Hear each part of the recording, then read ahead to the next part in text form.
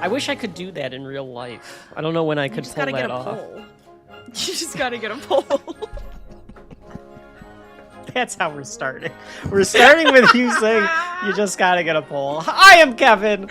And I'm Rachel. And this is Shelf Life, a podcast brought to you by a brother and sister team that go through all things pop culture, no matter the medium or the genre, to determine whether or not the subject at hand belongs on your shelf, be that digital or physical. Rachel, we are in Volume 8, Shelf Life's Going to Camp, and this is a very campy episode. Oh, it's very campy.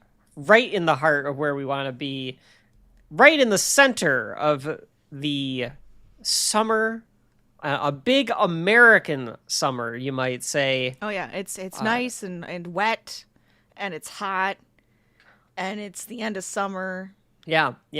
So I'm hoping for all you listeners out there, if you haven't found your summer fling, your summer love yet, you're running out of time. Because Rachel, what is up for contention to the shelf today? We are going to be packing up and getting ready to go home because it's the last day of camp from the 1981 from Wet Hot American. It's set in 1981. Wet Hot American Summer from 2001. 2001, yes. Yes. Rachel was so immersed into the show. Are you sure that this wasn't just from 1981? I thought it was from 1981. I thought this was a documentary. It is Wet Hot American Summer from 2001, directed by David Wayne. It's a Michael Showalter, David Wayne production. Rachel, this is we're getting a little crazy. Mm-hmm. We're getting a little absurd here on Shelf Life with this one. It is an interesting feature film. It is a, dare I say, and I think that this time when I say it, it truly is a cult classic movie. Right. Yes. The definition of cult classic, the encyclopedia page could have a picture of this movie or really reference to this movie. It could. That's true. So as I always do, Rachel, your history with Wet Hot American Summer, and what is Wet Hot American Summer about? I will say I do not remember. I do not recall. You must have shown me this movie at some point, and I do not remember watching it. I remember a lot of the stuff from it. I do remember a lot of the stuff from it, so that when I turned it back on, I was just like, oh yeah, I know what I'm watching. And then it feels like I just watched it recently too, and I don't remember why. And I'm like, when did I just watch this? So I don't know if it's I just watched this, 20 years ago, or did I just watch this like a year ago? I have no idea. Mm-hmm. But it is about the last day of camp. Do we know what the camp is called? Oh God, they said it a ton. It's a very generic name. It's like Camp Firewood.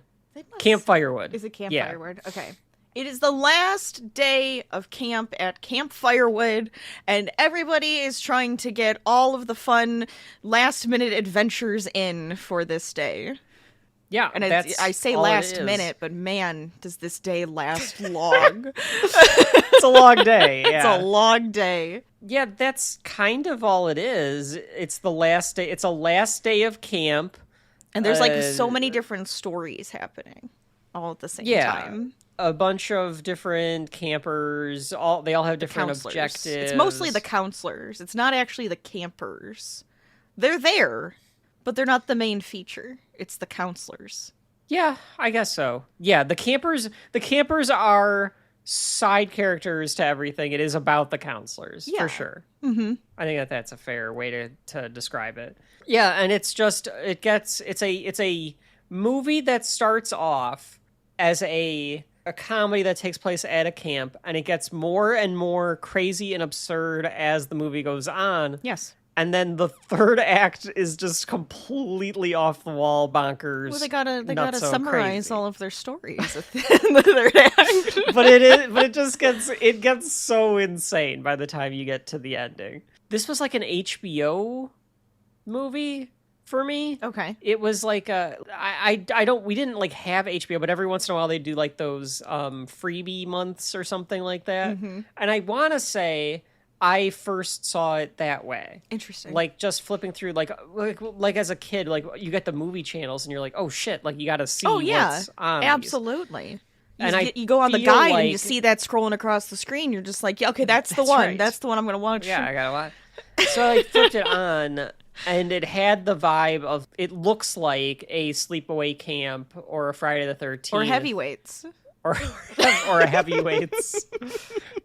I wouldn't be so, like, the thing is, like we say that, but like it's a send-up / homage to like all of those movies. I wouldn't be surprised if they took bits from heavyweights as inspiration for the characters in this. I could see it. Like they like it's very Sleepaway Camp is in there, Friday the 13th is in there, Meatballs is in here, all of that kind of stuff. As far as the aesthetics, Sure. like the look and the designs of the characters Right. and their wardrobe and everything, Yeah. the setting, and then it just gets.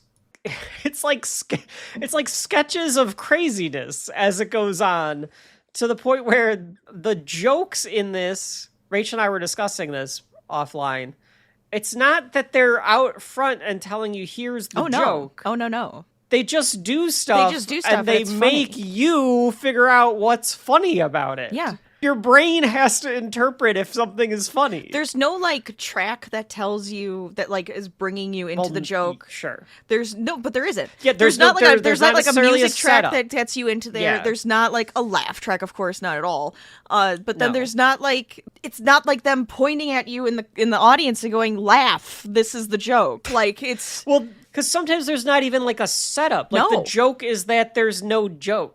yes, The joke is that it like subverts what you think is gonna happen. Because Yes. there would be a joke and then there's not a joke. absolutely, Or there's just holds just too long or enough. something. just enough, and you're just like, "Huh, there it is." That's the funny. It's a very interesting movie with a another very funny. specific. Yeah, they made another fun. And I remember watching it thinking like, I like this. I like This this pleases me. me. But to your point, Rachel, I don't know of outside of you, because of course I'd be like, all right, because you'd be like, what are you watching? You'd walk into the room like DW and be like, what are you watching? And I'd be like, Wet Hot American Summer. Yeah. Mom! I don't think you'd ever yell that. No. It is doing an Arthur impression. You just gotta do that. But I don't recall ever watching this with friends or anything like that. It just feels like it got in like imprinted. I can like almost, you said when I can almost feel like we watched it in the summer at one point, and then we went and played tennis, and then we had like food. I like for some reason, but like that's just a norm summer for us anyways. So I'm like, I don't know. Was this one of those lunchtime movies that you threw on? it could have been. It could have been. I don't know. I just know that it is memorable because, like you said, I knew what was going to happen. I knew the next. I'm like, oh yeah, I knew the next. this scene. stuff is going to happen. But I don't know when the last time I watched it was. No. That's our history with it and what it is about. I don't have a lot of history with this type of comedy, this Michael Showalter or David Wayne comedy. There's apparently this show called The State. It's like sketch comedy. Interesting. I've not heard it. I've not seen it. Okay. I'm not the biggest fan of like those sketch comedy shows necessarily. I used to watch them a lot more when I was younger. And I would watch them with like my friends or like my roommates and stuff. Nowadays, I don't really watch the sketch comedy. Doesn't like always do it for me. I think part of that is because I feel like the internet's ruined it a little bit. Because like so many like YouTubers and things do the sketch comedy, Sure. that it becomes ubiquitous, and then it's like, okay, is this funny? I don't know. There are funny things. You think don't it's just get me like wrong. too saturated? It's too saturated at this point. It's saturated, and the humor is slightly different. Mm-hmm. Obviously, we're gonna like the humor that we grew up with, or that's like in our age range. But this reminds me of college humor. I could Right? see it. I could see it. Yeah, I mean, everyone in it is a Parks and Rec Judd Apatow. literally. like Like it's all of them. So like it has that vibe to it as well. It's just way more absurd. Paul Rudd. But the absurdity of it to me is like College Humor was back in the day. Yeah. Like that's the kind of tone that I think it has. Cracked.com's articles. I loved those articles. Reading those articles from the late aughts feels like what this like is. The same tone as this. If you're not familiar with that comedy and you're more familiar with the way that comedy is done now, the way that the more popular comedy is done on the internet, maybe, I don't know. I could be wrong about that. Just to me, I'm curious to that see. comedy is set in a time, and maybe I'm wrong about that, and I don't know where to look for this type of comedy. Anyway, The State was one of those kinds of shows back in like the 90s or early 2000s or something like that, and it was this Michael Showalter, David Wayne collaboration. They were trying to make, or they thought that they could make this movie about this camp. They wanted to make like a Fast Times at Ridgemont High movie where it was like a one last crazy night type movie. Yeah. It took them 3 years to come up with the money to be able to make the movie. The budget of this, Rachel, is $1.8 million. Oof. A true, like, you gotta gather the money. Like, right. That's not a lot. It's a low budget film that we're talking about here. But they still might have a lot of money. Faces in it, but they weren't. None of them were famous. They weren't people. There were two. There were two stars. There were two stars in this movie at the time. Which Janine Garofalo and David Hyde Pierce. Okay. And outside of that, I don't think any of these people are names in 2001. Maybe Michael Ian Black because of like Kids in the Hall type stuff. Potentially. I don't know. I think they're all not known at this point. Paul Rudd was in Halloween 6, so you have that. Well, was Christopher Maloney, was he doing As For You Already and stuff like that? In 2001, yeah, he probably was on SVU. So he's probably known for being a very serious actor. For being, right. Yeah. Because he's goofy as hell. Oh my God. He's a weirdo. I think he loves doing that, though. Oh, he does.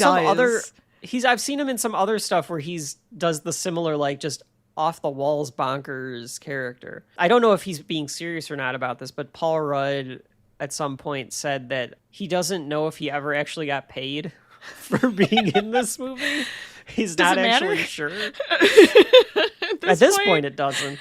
It does sound like a joke, but it also sounds like it could be true. Where he's like, yeah, wait a minute. Did I ever get paid for that? Especially the way that it also he just sounds approaches this. Right. And it also sounds like just the humor of the show, though, too, to be like, I don't even know if I ever got paid for that. Wait, did I get paid for that? Right. Yeah. It's a Parks and Rec joke. It is. You know, like, wait. They scrounged up the money. They were able to put together this cast because it's mostly just people that they know, their friends, people that worked on the state with them. Party Down's another one that apparently has similar humor. Rachel, have you ever watched Party Down? I don't think so. The Red Letter Media guys have talked about that a few times. I think Adam Scott is in it. And it's about like a catering company. Oh, it's from 2023. 2009, I'm sorry. Oh, okay. I think it's these same guys doing that like one. Adam Scott and everybody's in that one. Mm-hmm. Okay. Mm-hmm. And Ken Marino is in it. So similar humor in that. So they get all of them together. They do the filming at a camp in Pennsylvania. It's extremely cold. It's extremely rainy. There's a making of documentary that was on Netflix. You could see the rain in like a couple of the scenes where they're which filming makes it inside. even funnier. Yeah. Yes. It's like clearly just pouring rain outside. I feel like it adds to it though. How are they going to get to do any of this stuff because it's raining? Well, and it just shows you that like even making this stupid comedy that they clearly did not think or know was going to live on in infamy, that, you know, how hard it is to make a movie. Right. It's just so damn hard. They do it in like 4 weeks or whatever. They take it to Sundance. So this was at the Sundance Film Festival. They told people it cost $5 million to make because they thought that they could get it. They thought that somebody would pick it up then because they thought that would be like, oh, this was like a real movie. Into it. Nobody picked it up. Eventually, some distributor said that they would buy it for $100,000, So the financiers of the movie sold it to this company to let them distribute it for $100,000. I don't think Showalter or Wayne were like in on that though. So they literally just had like the movie taken to be distributed. Oh my gosh. Which, like, from the financiers' perspective, they were probably like, well, nobody picked it up at Sundance. The people there didn't like it. Oh. So like it's not gonna be picked up. We just have to recoup some losses here. Yeah. It made no money. It bombed. The critics hated it. This has like a 30% on Rotten Tomatoes. Wow. It is shocking how much critics hated this movie. Is it? Critics or critics? I think so, because I would argue that it's like I would argue that it's smart enough for people to know what it's getting at. But at the time, was it just too ahead of its time? I think it may have been too ahead of its time, potentially. Potentially.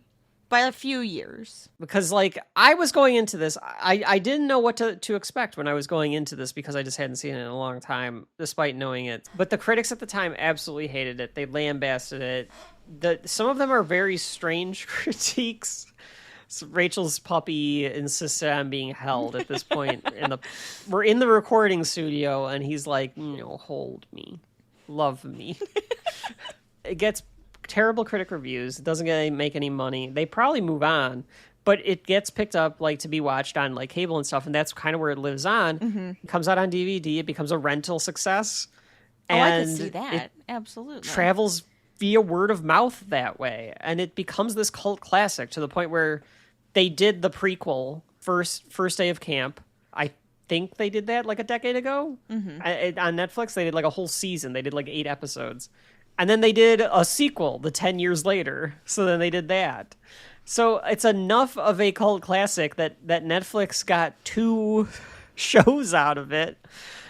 I don't know. Have you watched those, Rachel? Have you watched the... I don't think I've seen anything other than this. If I have, I don't remember. Where like all of them come back. The year that one of them came out, Bradley Cooper was like trying to win an Oscar, and he's like in the fucking Red Hot American Summer sequel. That's all good, well and good. Yeah. That this thing could be a cult classic and people love it and they quote it and it's very memeable. Mm-hmm. Obviously, we'll talk about the memes and the GIFs that have come out of this, but none of that really matters because Rachel and I have to take a discerning eye to this. Rachel and I have to look at this analytically. That's right. Step by step. Mm-hmm. Joke by joke. Compulsively. Yes. Joke by joke. We're going to miss jokes. We are going to probably miss folks. Ones. There's no way that we're going to talk jokes. about every single thing. Yes. It would be impossible. We'll try. No, we won't. We will damn well. No, we're not going to try. Because the only thing that matters is, does Wet Hot American Summer have shelf life? Rachel, anything else before we hit the break? No, I don't think so. Oh, come on. There's got to be something else that you have. No. Yeah, say no, something. I said no. I just thought. Okay, well, after a short break from our fake sponsor, we will walk through Wet Hot American Summer. Hey there, campers. Artie the Beekeeper coming to you live from Camp Firewood with a very important announcement. The summer may be ending, but hey, next summer is just around the corner, and we need to make sure that our situation is well in hand. Here's the announcement. We need responsible adults, or at least people over 15, to supervise campers, maintain order, and make sure that no one dies this year. Well, we've already lost 4 this year, so we can try to beat that record. Applicants should be prepared for long days and coworkers who may or may not be engaged in interpersonal dramatic subplots. Prior experience is helpful, but not required. The ability to run in slow motion and play baseball and capture the flag and jump over hay bales is encouraged. If you believe you can make a difference, or you just need a place to hang out for 8 weeks until the end of the summer, please consider joining Camp Firewood staff. We have job openings for camp counselors, arts and crafts teachers, science instructors, archery coaches, baseball umpires, swimming encourage coaches, let's see, custodians, chefs, janitors, what else would a camp need? Drivers for some reason, golf caddies, horse people that take care of the animals, all sorts of stuff. Anyway, make sure that you apply, or you can probably just show up and we'll end up giving you a job. That's kind of where we're at now. Anyway, this has been Artie the Beekeeper signing off for this year. We'll see you next year, campers. Maybe we can make next year's camp as good as that great year back in '81. Are you going to be doing that this whole time? Because you're going to just have that. We're not on the air yet. Are we on the air? We are on the air? No. Oh. We're back! With another episode of Shelf Life. A walkthrough. This time, we discuss... It's not really a walkthrough of Shelf Life. It's a walkthrough of Wet Hot American Summer. A walkthrough of Shelf Life would be insurmountable at this point. And we're only 76 or whatever subjects in, so good luck to whoever does that. Oh, that sounds awful, and it's going to be me, isn't it? Anyways. You shall. Anyways... Anywho, it is time to walk through Wet Hot American Summer, so good luck to us on giving more insight than is funny, and see what happens here, or it's not funny. So it begins with, and I was like, I know this song, and I was like, is this Jane by Jefferson Starship? And it is. So, Rachel. Uh-huh. I haven't gotten you into AEW yet, in full. Like, you haven't watched a lot of AEW. Okay. There's a wrestler named Orange Cassidy. Sounds familiar. You would absolutely love. I feel like you've mentioned this person before. Google him and you might find him familiar. Not from not in like generalities, but just his appearance might look familiar to you. I went to images and one of the first ones is Paul Rudd's character and him sitting next to each other. Yeah, I could see it. He also kind of looks like Ryan Gosling right now. Yeah, Orange has a little bit of Ryan Gosling going on, for sure. But, it's like a Paul Rudd character smashed with Ryan Gosling. Orange Cassidy took inspiration from Andy's character to make his, wrestling persona. He's like a slacker. Does he whine? He's more like a, whatever. Okay, yeah. One of his themes that he comes out to is Jane. Okay. By Jefferson Starship.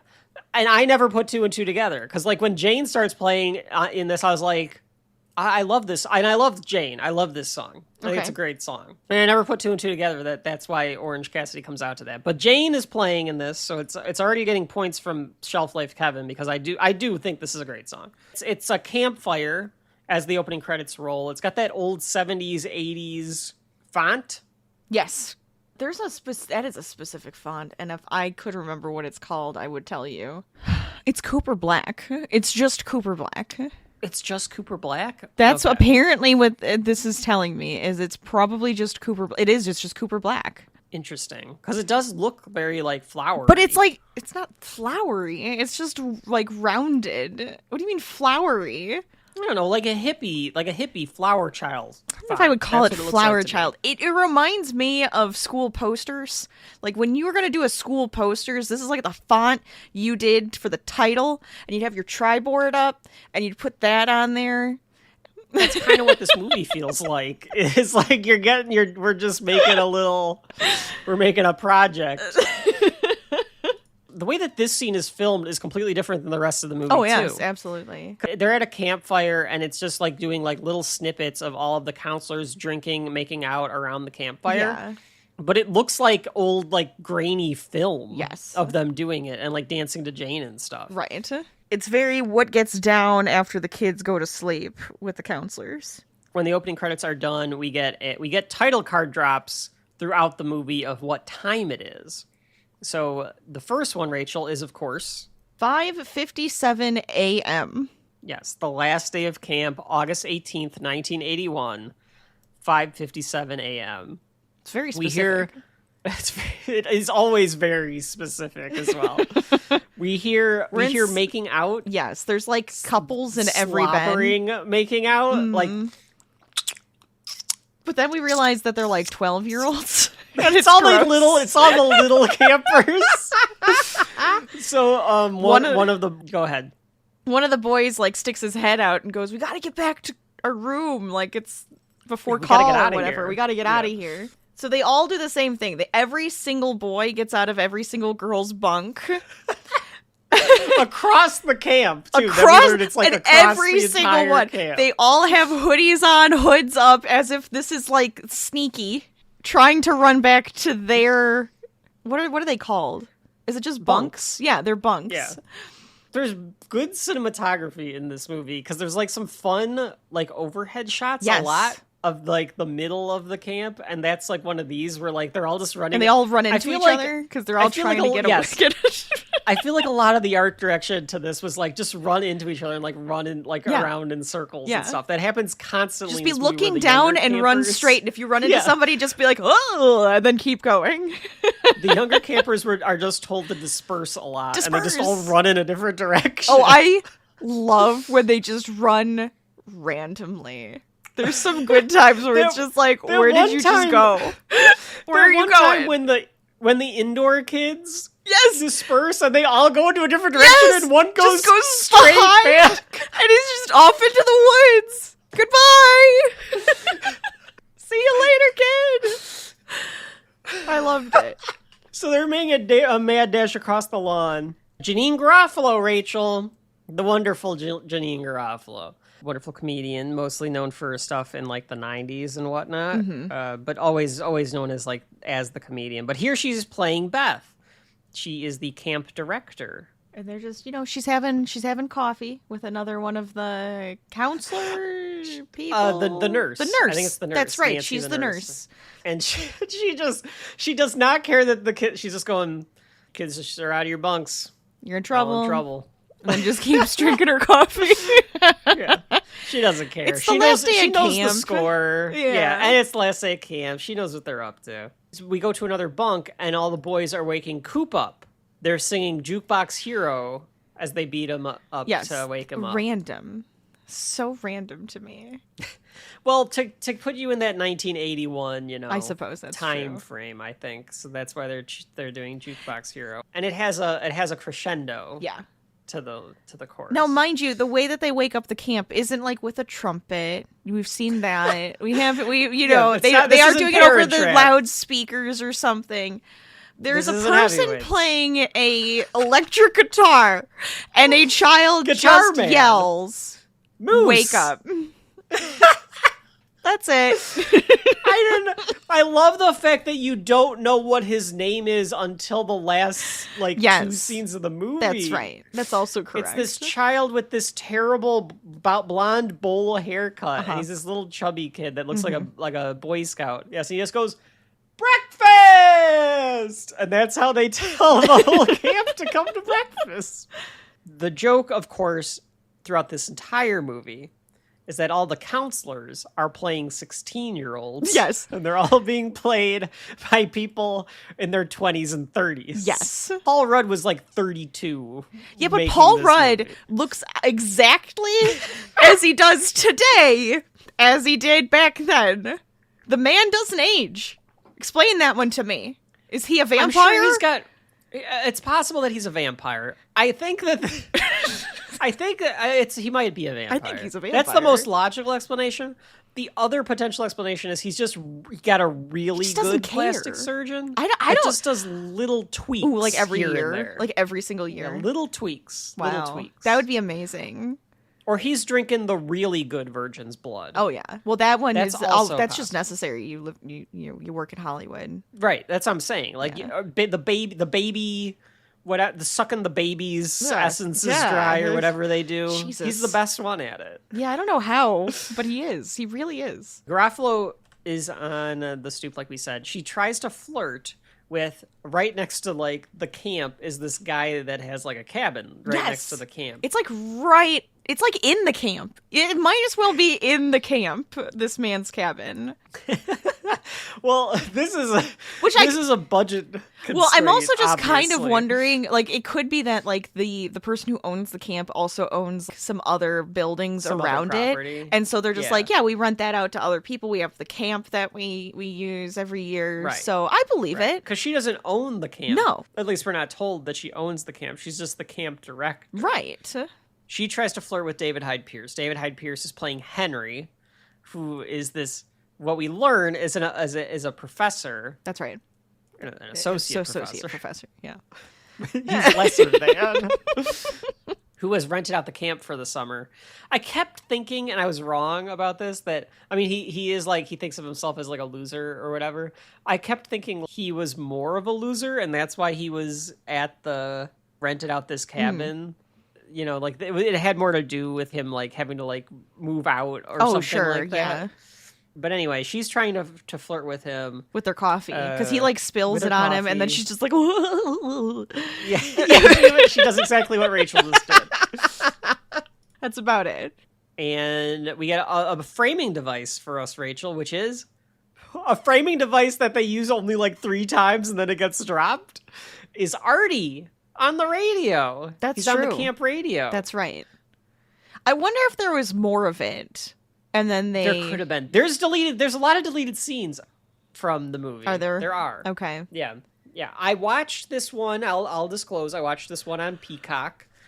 I'm gonna give Peacock props, Rachel. I also streamed it. And I have to give Peacock its props because of the fact that some of these streaming services suck. Peacock, I have ads on Peacock, but the way that Peacock does ads for movies is they give you 4 minutes of ads before the movie starts. They give you like 1 ad break in the middle of the movie of like 2 minutes, and that is it. Yeah. It is a really nice way to do it because you get your ads. Mm-hmm. I'm gonna sit there, because I'm waiting for the movie to start, and then they just let the movie roll. Right. It's like your previews.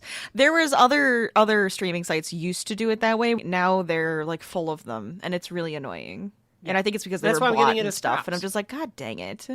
You were the best. You were the best, and now you're not anymore, and it's very sad. HBO. Very sad. God damn it. A TV show is different. A movie, you gotta let it flow. You gotta let it flow. I say that, though, because there's a lot of deleted scenes. So it's possible that there was more of the radio broadcast. Oh, sure, I think because of the reveal. Oh, yeah, we have the reveal. Mm-hmm. Also, they're just playing with tropes about movies. Absolutely. So they play with these narrative constructs. The radio host telling you what's happening throughout the camp day. Mm-hmm. They play with dialogue in weird ways. Somebody says something and the other one doesn't respond to it in the way that you should because you're in a movie. Mm-hmm. They like respond in a natural way where they're like, wait, what? They're deconstructing movies a little bit as they are telling you this absurd story. Artie tells us that all 8 weeks, it's the end of summer, the 8 weeks are over. And if you've gone all 8 weeks without finding that special someone, today is your day. You don't want to be the one person to not have someone to kiss after the talent show. He gives us the layout of the story, right? He is the Greek chorus, or not the Greek chorus, the narrator of the story here, where he's telling us that this is going to be about people trying to hook up or find their loves on the last day of camp. Mm-hmm. Katie and Paul Rudd. Rachel's disgusted thinking about it. It's the amount of tongue. It's just the amount of it. Yeah. No. Okay. I'm gonna say this throughout this entire thing. This might be my favorite Paul Rudd. Oh no, this is my favorite Paul Rudd. I love Paul Rudd. This might be one of my favorite Paul Rudds. I agree, hands down. Paul Rudd, hands down. Speaking of college humor. It's the way that he plays this character so smarmily. Michael Showalter is fantastic at playing a teenager. Yes. Paul Rudd is so good at playing the lazy, disinterested, cool, quote unquote teenager. Yes. He's so fucking good at it. The grunge teenager. Scary. Yeah. It's weird because it feels like he is so in his character that I feel like it probably is really hard for him to stop being in character when they hit cut. I don't think he could. I think he was just always this character on set. I think Red Letter Media described it as he is acting. It's sarcastic acting. Yes. Where every scene he's sarcastically giving you a performance. I'm that. Gonna try. I'm not. Oh yeah, sure. I'm trying. I'm acting for you. Yeah. Okay. I love that. Marguerite Moreau is playing Katie in this. Rachel, I do find Katie pretty adorable. Of course you do. I find the actor cute. Is anybody surprised? Go on. Yeah, after 77 subjects, is anyone surprised that Kevin finds Katie cute? You said that so smugly. I should be offended. But yeah, they're making out completely disgustingly. It's like super, super tongue. It's very gross. It's very over the top, even like teenager making out, where they're like they don't know what they're doing making out, so they're just like licking each other basically. And we have the awkward teen, Coop, who's like biting his bottom lip like, oh, I wish I had that. Yeah, he's getting like kind of horned up Ew. watching them. I mean, he kind of is. It's like a jealous horniness. It's gross. It's like a combination. So they get done, or they don't get done. Andy so shoves they her. complete. They go to completion. They don't. It's just making out. They don't. Andy always just shoves Katie away. Yeah, like, because he's it's like, a okay, really I'm done with you. toxic, gross boyfriend. And Katie goes and talks to Coop because she sees like that he was watching them, and she teases him a bit. And she's like, "Do you like watching Andy and I make out?" Michael Showalter playing Coop. I think we might have been saying it offline, where he just does these mannerisms. Yeah, it's the facial things and the way he says stuff, and then like he's got he's way he like he's so moves his awkward. arms. His whole body Yeah. just doesn't feel like it works, which is what a teenager is acting like. An awkward, dorky teen. Yes. Like he does. He's like, I don't know what to do with my limbs. That's how he acts. Yeah. Even the way, Who like, does he because remind he's like, me that's so, of, though? Like, he reminds me of somebody, and it just drives me crazy. It's probably somebody from my childhood, like a teenager. probably. And he's just like, that's so stupid. Why would you say that? That's stupid. So she starts teasing him. I think it's so she teases funny. him. It's so funny. Sorry. Go on. I think she teases him knowing that he has a crush on her. Does she just tease him because they have like a friendly? Because he says that's the most that she's ever talked. Which I mean, right? Which is also Wet Hot not American true. Summer. It Right. can just contradict each other constantly. 'Cause Absolutely. it doesn't matter. Right.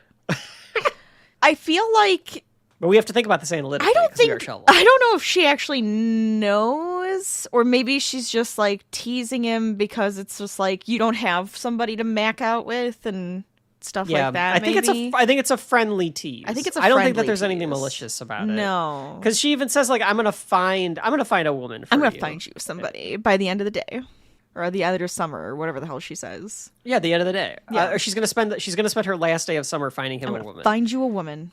That's the setup there. He makes this. Oh my god! You're right. Like I can. It's also the hoodie thing. Yeah. Yes. He's got his hands in the hoodie. He makes this horrible, very relatable Go on. joke. Yes. I make this joke to women now in my late 30s. Yeah, but you do it like satirically. Oh my god, it's so bad. It's so bad. He makes this like joke about like, well, I won't order that onion and Limburger cheese for lunch. And she of course does the Yeah. right. And walks away. But they have to go one step further because it's Wet Hot American Summer. I want So you he goes- inside me. What was that? Nothing. Nothing. I was just saying hey Huh? Yeah. from earlier. What's up? All of these little hints that like this movie is gonna be more crazy than you think, like a Meatballs or a Heavyweights or something. Yes, it's the little hints, and then the next character walks onto the screen, and you're just like, well, now, yes, obviously, here comes Animal House. I love this character. So Ken Marino comes up as Victor. Rachel, you got to describe Victor. How do I describe him? Okay, so He looks like he's straight out of Sleepaway Camp. I think this is like it's like a mixture of characters that Ken Marino's done here. Though he really is. He has cut off jean shorts, like jorts on, that are like shorts. Okay, It's the 80s. It's the so 80s. You got to. He has a 3 times too small tank top on. Mesh tank top. It is so tight against his skin. He has, I think, a beaded necklace. He's got the sweatbands on, and then he's got this really poofy, curly, like hair fro going on. And he thinks of himself as the ladies' He's man. a player in his head. Mm-hmm. Because he's like, oh, Katie wants to have sex with me, right? She wants to fuck me, right? I was trying not to. I was trying to be good. Because I feel like it said so much in this. Well, the vulgarity though is kind of part of the point. know. I think, yes, because like they're talking like normal, and then they'll just be like fucking fuck you, dickhead. Like Yes. like it's just it like comes out of nowhere. it does. To the point where like sometimes I think you might be right, where like they could dial it back a bit. They almost do it almost like a crutch. Yeah. In some cases. Rachel is giving you the PG-13 version of what he said. Which I really don't have to, because my God, was our Lord of the Flies full of fucks. I was mad at Jack. I don't know what to tell you. Yeah, it was. Does she want to fuck me? Is that what she was asking you about? She wants to fuck me, right? Like, that's like what she's done. Tell her I will. No, wait. Don't. Tell her I might. I might. It's a tease. And then he, like, sticks his hand down his pants. Did you notice this? I did not notice this. Okay, so, like, he just sticks it down his pants as they're, like, walking away. Because he's probably trying to, like, make his junk look bigger. I think he pulls a drink out of his pants. He pulls a drink out of his pants? Well, that's the weird part. So, like, he shoves his hand down his pants, and then as they turn away, he's drinking a water bottle. And I went, where the hell did you get the water bottle? Was that in your pants? All right, that would be pretty good if that's the case. It could just be a continuity error, but I no, prefer because to think that there's he no pulled cut. a water bottle. There's no cut. I'm telling you right now. Hold on, just because I have to. And he's drinking a bottle. Yeah, I think he pulled a bottle out of his pants. He pulled a bottle out of his pants, but he's wearing those tiny short shorts. Where was that bottle? Yeah, I think that's the joke. It's so he's like trying off to, screen. He's trying to make his dick look big. Yeah. He says like, well, why else? Victor says to Coop, like, well, why else would she be talking to you? No offense, none taken. We go back to David Hyde Pierce. He is doing some gardening, and Beth comes up trying to meet him. Yes. She gives her character this trait for part of the movie where she says things in air quotes. Yes, like when they're not necessary. Yes. She's like, I just came over to introduce myself, and she says introduce and does air quotes with her hands, and it's like that she doesn't need to do that or anything. Right. She goes to shake his hand, and he gives her a trowel because that's what he was holding, and she doesn't know what to do with it, so she throws it. And the trowel part falls off of the handle, and we get the pottery glass breaking noise. Yes. And then she just hands him the handle back. She just hands him the handle back. And she's like, oh yeah, I work over at the camp. I'm the director over there. Like, what do you do? And he says, oh no, I don't work over there. And she goes, yeah. Which is such a naked gun joke to say that. It is. It is so awkward. It is so awkward. So we learn that he's a professor of astrophysics, and he just came here to relax and reflect. Oh, she says something. She makes like a joke about like space, the final frontier. Yes, and then he looks so like, oh god, and then just was like, well, yeah, thanks for everything. And like I can't. He must have hated that joke because she was just. So, yeah. That had to have been what it is. Because there's no reason for him to say thanks for everything either. Right. That like doesn't make any sense. But he's trying to get her to leave, and she comes up with the idea that, like, hey, you could come and you could, like, teach space to... the kids. Yeah, I can't think of what they're called. The campers. Campers, yeah. Campers. Campers, camper kids. Camper kids. Maybe one of my favorite bits in a movie ever. No, I couldn't. Oh, they'd love it. No, I couldn't possibly. Oh, it'd be just... I said no! I said no! The way she, like, just turns around and, like, walks away. I mean, he could have been a serial killer. They could have added, like, a Jeffrey Dahmer thing to this. Like, the way he looks at everything would have been perfect. Yeah, it's so good. The amount of anger he has here for no reason is pretty great. But then he throws... She runs off, yes. And he throws the handle. Mm-hmm. And what do we get? And... another pottery. There's no pottery there. It just makes the pottery sound. Back in the cafeteria, Victor throws the water bottle. And we get another pottery sound. And makes another pottery sound. So I like that. That's a good one. Because it comes in 3. Good. It subverts your expectations because now he's throwing a bottle. It's great. Apparently, Rachel, I read this on the internet. I don't know because I don't have it. We'll talk about the conclusion, of course, in the verdict, but there were people talking about how there is a fart commentary track that you can watch this movie, and they put fart noises at random inappropriate times in the movie. So random. Until the ending where they just keep pressing the fart button. What? It's so random. So, yeah. Huh. I don't know if that's true or not, but I did read that. Victor talks about how Abby Bernstein, I can't remember. Everyone in this movie has a Jewish name. I think that Camp Firewood might be a Jewish camp, or at least there's a lot of Jewish people at it. Is that why he has the curly fro and he has the big nose and they all have the names? Yes. Okay. Well, that part is great. We'll get to that. But yes, I think so, because part of this is based off of David and Michael Showalter's. Like I think they were trying to make it camps where they grew up, and like I think they did Jewish camps and stuff like that. It makes sense. A lot of sex happening at Jewish camps, yeah. Guaranteed, a lot of kosher sex happening at Jewish camps. Victor says that Abby wants to fuck him. She's one of the only berry bushes that he hasn't pollinated, if you know what I mean. This is the one, though, he's just like, yeah, Abby would be the one that wants to fuck you. She is giving him fuck me eyes. She's not 100%. She seductively is licking a spoon.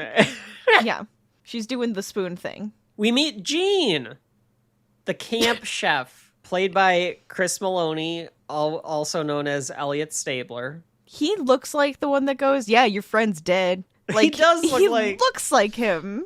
Yes, he does. Almost to the point where did they dress him up that way on purpose? It's weird. He's an ass for no apparent reason to Gary, who's one of the counselors that like helps with the cooking. Yes. Talks about how he was in the Vietnam War a lot. Yes. He's wearing a crop top. He's wearing a crop top. He's weird. The joke that is always with Gene is that he says something like he always leaves it with he's gonna go do something like sexually inappropriate or sexually weird. Yeah. And then when someone calls him out on it, he's like, "That's not what I said." And then he says something really weird. Yeah, and then just kind of walks away awkwardly. Mm-hmm. Yeah. You can see his breath as he's in Gary's face about being in Nam, and that's because it was so cold when they were filming this. Oh my god. I don't think I even noticed that. That's amazing. And he's wearing a crop top. They're all wearing like these outfits where I'm just like, oh, now I'm just cold thinking about it. You gotta bring these outfits back. I want to see more men wearing crop tops. No, that's like a thing. That's actually that's very in, actually. Is it really? Yeah. I was joking. No. I'm not going to be in them because I'm not wearing no crop top around. I don't even like wearing crop tops. That's not like my thing either. It's just I love girls crop wearing tops are just very in. Women wearing crop tops, great. Love it. But a man wearing a crop top, unless you're Ezekiel Elliott and you have like a 12-pack, what are you doing? You look ridiculous. I mean, that's fair. That's fair.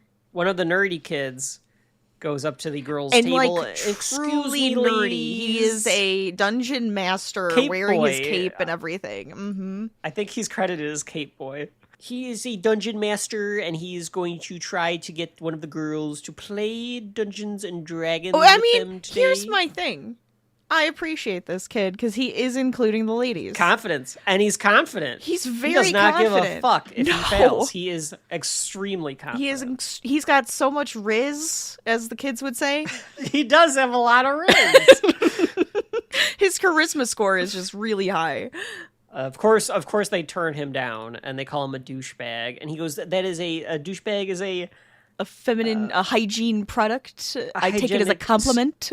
He talks like comic book guy. He does. He talks like comic book guy. He talks like he's got hay fever and his nose is stuffed up. Gene runs over and slams a plate of food down at like the adults table that my god is at. Yes, he does. I don't know why he does it like this. Because that's just that's his personality. That's how he is. Everything makes him angry. And he gives her the finger as he like walks away. I love that because it's so subtle that he just puts his hand behind his back and gives her the finger. There's so much of people giving each other the finger. There's a lot of fingers behind their in backs. Henry comes in asking where he can find the... How do I put this? The sci-fi indoor kids. And JJ is like, oh yeah. Bunk 3. Yeah. So he goes over to them. Point this middle-aged man to a bunk. 1981, Rachel. It's again. What's the problem? Well, Jeffrey Dahmer. Or Ted Bundy. Is that which one is he? Which one looks Well, like he him? looks more like Jeffrey Dahmer. Yes. But this would have been in the age of the Ted Ted Bundy. Bundy. He asked them, Serial not killers. Ted Bundy. John Wayne Gacy. John Wayne Gacy. Right. Yeah. Right, yes. So he asked the table, like, who wants to do some science projects today? And like a bunch of the kids, like 5 of the kids, like raised their hands. Oh, tons of it. I really appreciate, I like, always remember this because it's like so real. The one girl that's like the goth girl, the cure girl, the way she raises her hand is so like perfect for her character. Yes. It's great. Jean asks Gary to get some of the powder for the bug juice later. And next to he his dick asks her, cream. do you know where that is? Rachel, I have to ask you a question. Uh-huh. What do you think dick cream is? Is it like lube? No, I What was is thinking that? more so for like, probably bumpies Oh, or something, okay. is my guess. it. But my question All right. is, why the hell is that in the kitchen? He's got to keep it frozen. Ah, he's got it it's in in the the freezer. fridge. Okay, I got Yeah. you. Okay. Yeah. Also, just gross, but yeah, I think that's what I think that's what I mean. I don't know. I'm a woman. Okay, you're asking a woman what dick cream is. I'm too easy. I'm a little confused as to why that was my question. Well, you never know. Beth talks to Victor. I love how this is framed as well. It's like a fun way to like shoot this, where like she just leans back in the chair because Victor is like directly behind. Right. This feels very real. Tells Victor in this absurdist comedy. We've said like stuff feels real so much, but it's true. It feels like a documentary. The mannerisms, it's just a documentary. It really does. Everyone's mannerisms is on point. Everyone's mannerisms is on point. She asked Victor to take the Eagles to Moose River today, and she promised them that they would get to go before camp was over, so they have to go to Moose River. Yes. Beth is insistent, and Victor is like, that doesn't work for me, Beth. And she's like, oh, well, okay, let me think then. Here's the Why compromise. don't you take the Eagles to Moose River with Neil? And then that's it. And he's There's no all disappointed compromise. because... yeah. And he's all disappointed because he can't, of course... But he's got to fuck Abby. Try to... Right, exactly. When's he going to find the time? Bradley Cooper and Amy Poehler They just are in walk this in. movie. They're thespians. They're thespians. I think they're brother and sister? No, because she was trying to make out with him in the first scene. That doesn't mean anything in this movie. Okay, that's fair. That's fair. That's fair because it's like High School Musical-esque is how they remind me of Sharpay. Yes, it is kind of like Sharpay and... I don't know what his name is. It took me a second to remember her name. And aren't Yeah, I they don't brother remember and his name. sister? And they're always doing those duets where They they like, look are. like they're gonna make out. So like, Yes. I think you're right. I don't think it matters. I'm also conflating her character in Blades of Glory, where she is brother and sister with Will Arnett. That also works. and yes. they like make out at the end. Yes, I could see that as So well. I You know could what? be- Yes, all of these things works. I think it was in there just to, foreshadow what happens when So Google is telling me that they are not Okay, brother and yeah. sister. I don't know. Yeah, I don't think he was trying to say, no, we're not making out because we're brother and sister. I think he was saying, no, we're not making out because I am Because I'm very gay. I am in a relationship. So they're thespians, and the way that they're playing it is that Bradley Cooper is playing Ben, who is the very flamboyant thespian, and Amy Poehler is playing Susie, who is the very serious one, like Rachel in Glee. Yes, almost. Also another way of saying it. Yeah. Mm-hmm. She's vigorously asking campers to join in for the talent show tonight to do like this song, and she's like saying like this is a very serious fucking matter and things like that. It's like, don't waste our time if you're not like talented and this If and you're that. not and serious stuff. about this, yeah. And this is where you can see that it's like pouring outside. Yes, you can see behind her that it's raining. It's very wet. Yes. Okay, and bring a lot of movement clothes, aka jazz shoes, dance belts, lycras, et al. And seriously, FYI, you guys, this is not an excuse to get out of your regular activities. This is an excuse to do some good musical theater. So be prepared, be enthusiastic, and leave your bullshit attitude and baggage at the door because we don't need it. She does it so well. She does it so well. Yes. Well, it's Amy Poehler. It's Amy Poehler. Paul Rudd Katie and and Andy. Katie. I'm doing what you do. I'm doing what you do. I can't look at him and know his name. I just know it's Paul Rudd. Which is fine. We always go back and forth. They're making out. He's just like licking her neck. He's like in her neck. Like I hope that I hope it was all consensual and that she was okay with because the way he is like licking her, I'm just like, good Lord, man. Like I know Elizabeth Banks was down for it because I know Elizabeth. It's Elizabeth Banks. She had to have been okay with it. He was probably like, I feel like Paul Rudd's the nice guy. I feel like he's a nice guy. I would like to believe in my head canon that Paul Rudd's a really nice guy. Oh, sure. So I could see it being like, okay. Nothing has come out against him yet as of the time of this recording. Yeah. Please say it never happens. Yeah, but Marguerite Moreau, you'd have to hope that like she's down for the way that Paul Rudd is just licking her throughout this movie. And she says something about like meeting up with him in like the woods later to make out. I assume he's just again. Like, damn it, Katie! You're suffocating me. You're suffocating me. And like pushes her away. Give me some breathing room. She's trying to get his attention. He just goes, my butt itches. Wait, what? Yeah, whatever. Yeah, because she's just like, I wanna hang out with you. I wanna like. Hey, JJ, save me a waffle, man. Because I think her point is that she wants to have sex with him tonight. I think that's one of the things. It's like they haven't yet, and she's like, I want to do it tonight. I want to make it special. And he's just like, oh my God, you're suffocating me. Ugh. Well, because he likes playing the field. Yes, he does. He does not want to. He knows that if he has sex with Katie, she's just gonna be like attached. She's got that virgin mode where it's just like, now we're back together forever. Yeah. Right. Then he calls her a lesbian. Yes. Well, in a very bad way. He negs the hell out of her. Yeah, he really does. Why are you such an asshole? And then I love you, baby. Yeah, I love you. I love spending time with you, baby.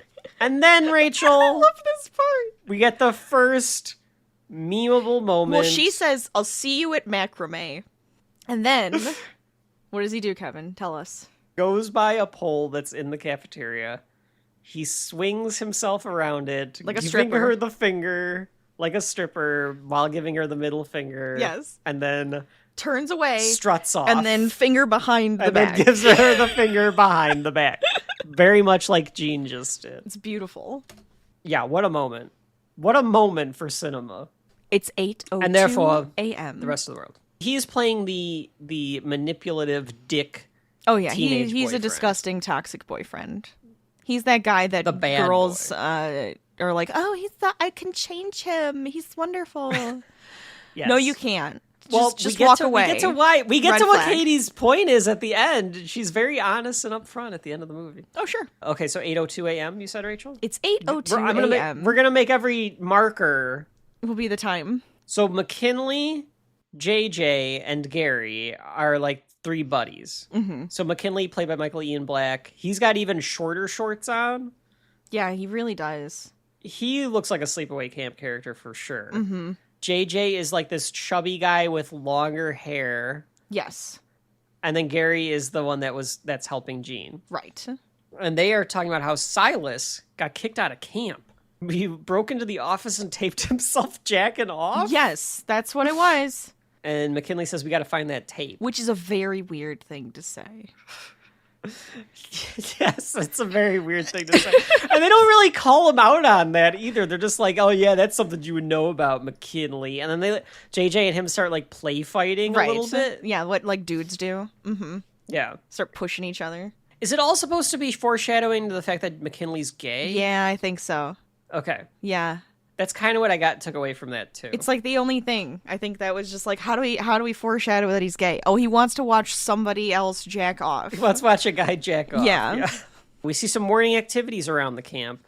The highlight of this being Abby is teaching aerobics, and one of the campers runs into the wall. She just runs straight into the wall. They're hiking. They're learning guitar. They're hiking, all playing like Game Boys or something. Yeah. We head to arts and crafts, where Molly Shannon is teaching the class. She's Gail.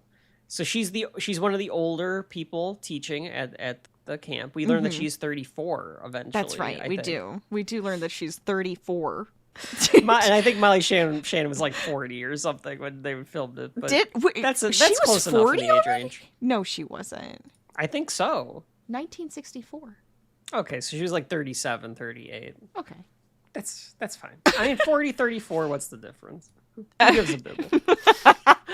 She's trying to come up with a plan for what to do on their last day of arts and crafts. She's like, well, we're going to make... She's stumbling a little bit, yeah. crayons to make decorations for the talent show. And there's no crayons. Right. There's like one crayon.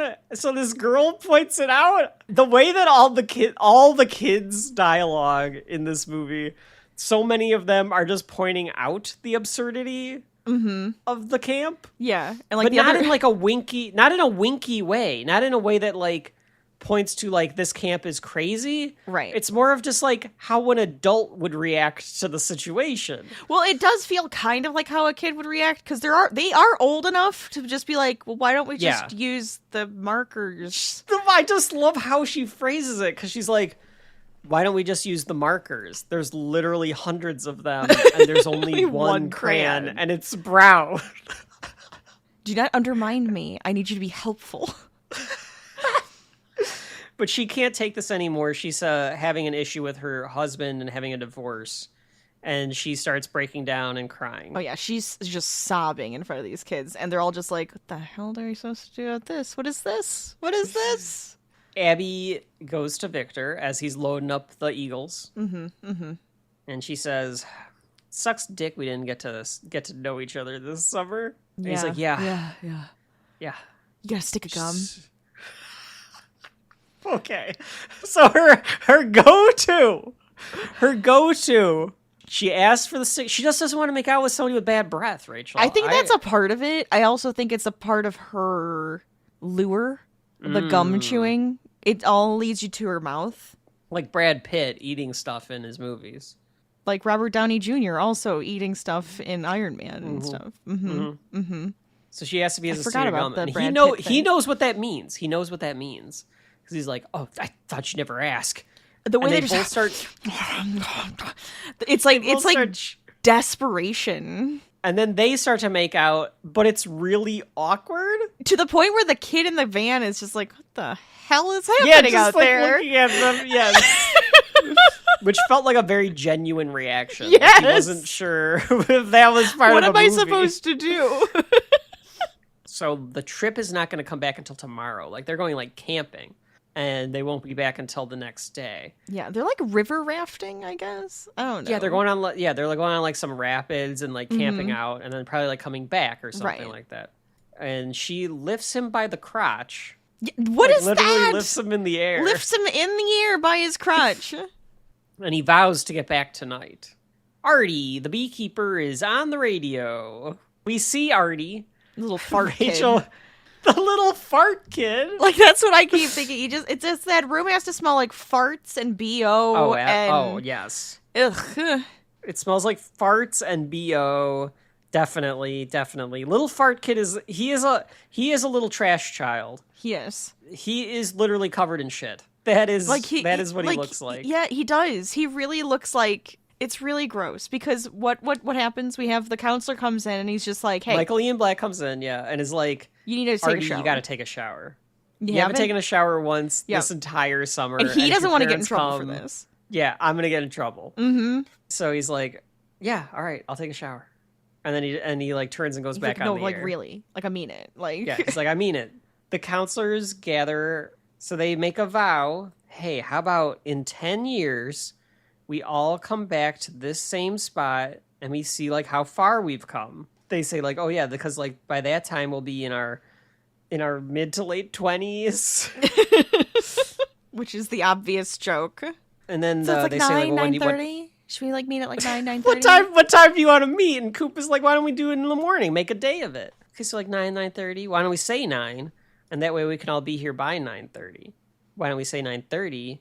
And we made your beeswax to be here by 9:30. We're going to be in our 20s. I don't understand why we wouldn't, like, get here on time.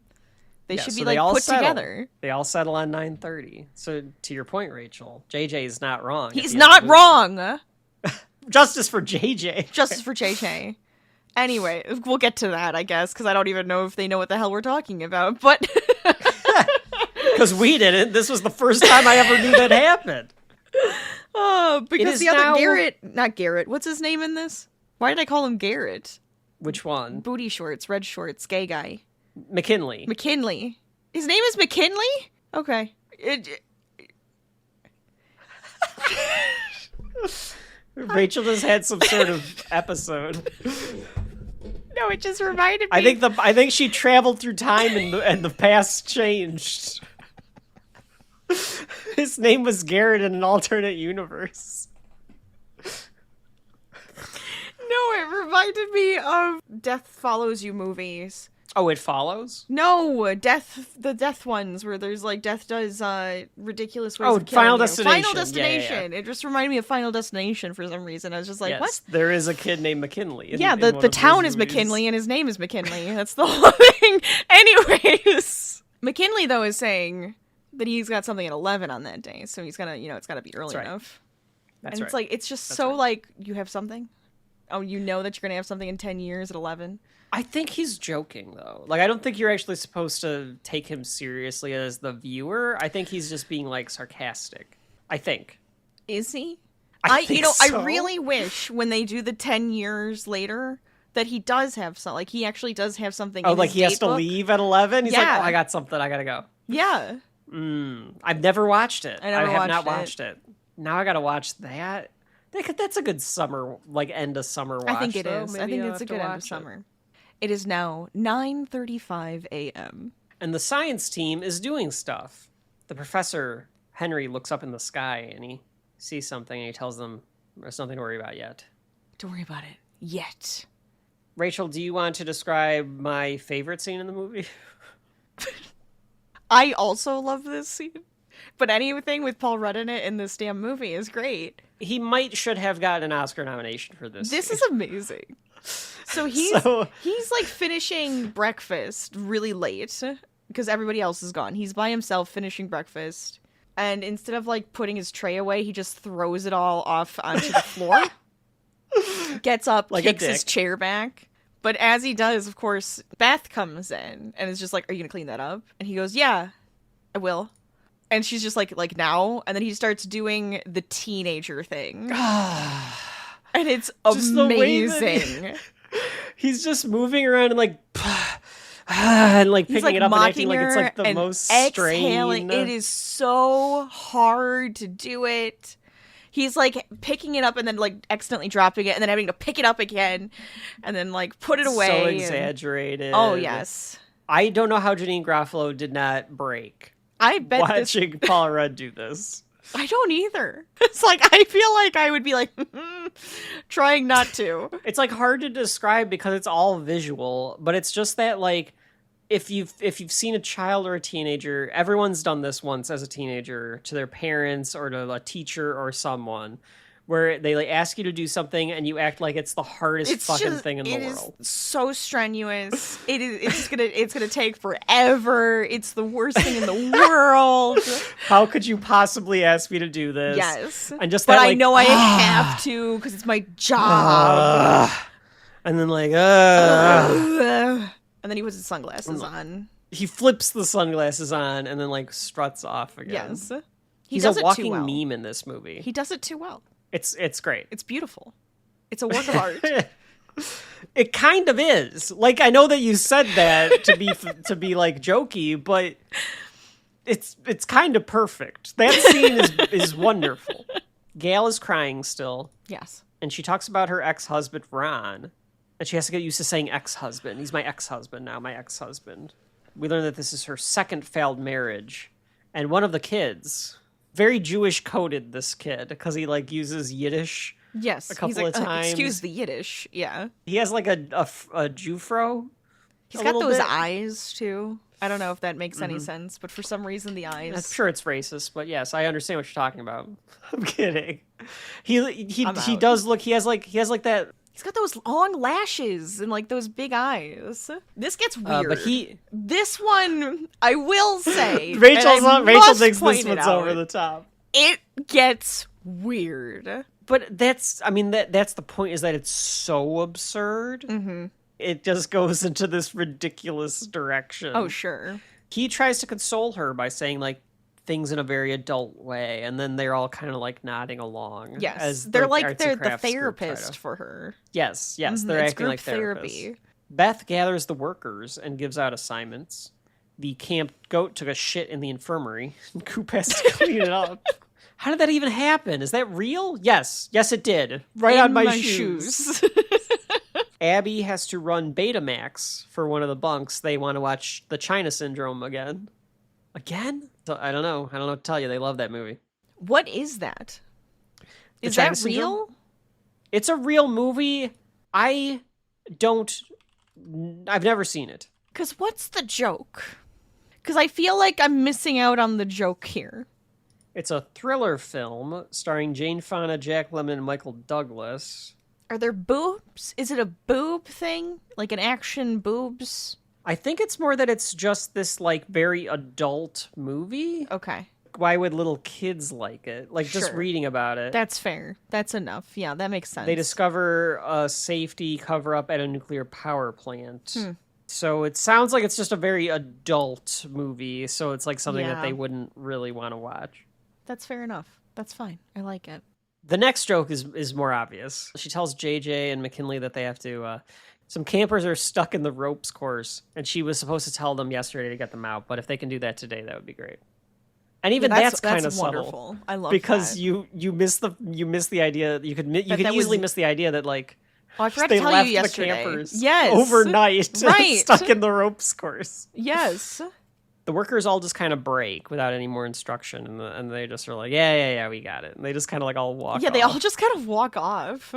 McKinley and JJ see Steve the weird kid who talks in a robot voice. His brother.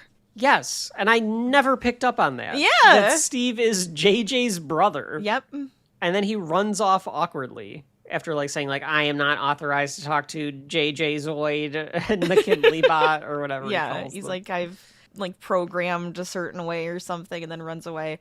It's the guy from Big Bang Theory, so it works out. Oh, is it? Mm-hmm. Comic book store. Okay. Mm-hmm. Oh, yeah. Yep. Okay. Beth is talking to Katie. She About says, being Ka- hot. Katie, you're hot, right? They people call you hot. Oh, I suppose. Is that correct? She says, is that correct? Yeah.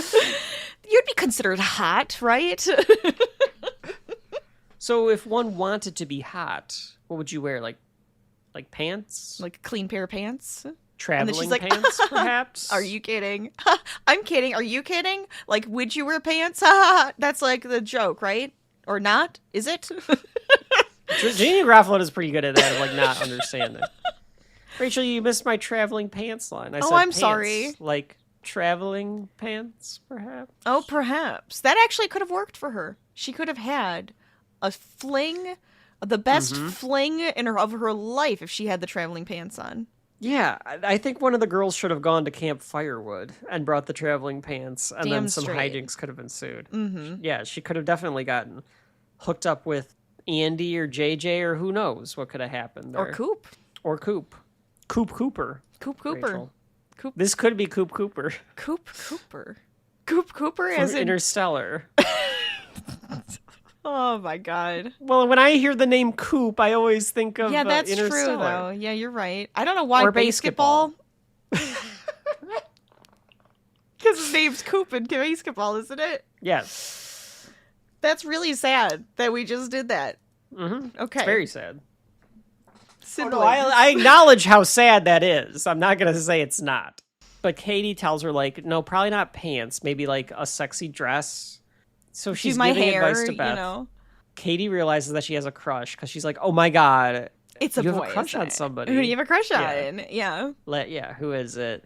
And then Katie, being Katie, wants to help. I'm She's going to give just you a very total into, like, makeover. Mhm. Yeah, she's very into, like, matchmaking. That personality Yes. trait comes through here. It does. Like, she's doing it with both Coop, and now she's doing it with Beth. Mm-hmm. There's girls that would do that, too. You know? Yes. High school girls that would definitely try to do that. There's adult women that try to do that. Yeah, I could see that. Andy gives a kid permission to drive around on the motorboat. He's just like, yeah, knock yourself out. Lets the kid take it out on the lake. Him and JJ are just sitting there. Basking in the sun. Yes. And Elizabeth Banks is there playing Lindsay. She's just the hot bod in this. She's just hot bod. She's hot bod, and yeah, she's not as slutty as Abby. No, she's just hot bod. She's just hot bod, yeah. Elizabeth Banks pretty much gives the movie credit for like being like her unknown breakthrough. That's funny. Because she didn't think anything of it, and then like, of course, because like nobody saw it or nobody like thought it was good or anything.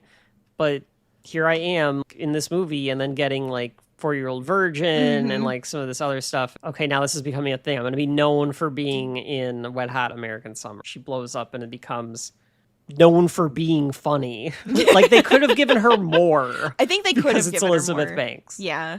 I don't think they realized they could have given her more in this. Yeah, I mean, it would it's overstuffed anyway. The movie is overstuffed. It really is. So it would have been tough to. I think that what they give her works. I think she plays this well. Yes. But she is just a body. Andy says that he wants to fuck Lindsay. Right. And JJ goes, what about Katie? Who's Katie? Who? And the face Excellent. he makes. The face oh my god. That's so good too, because it's like the perfect like little scumbag teenager face. Yeah, it is. It really is. I'm glad that you can do it because I can't describe it. It's the chipmunk face that Blake Lively does. He lifts his upper lip up and he like curls it up and shows his top teeth and is like, yeah. It's a Beavis and Butthead smile. Just keep doing it now to Kevin. JJ gets up and just...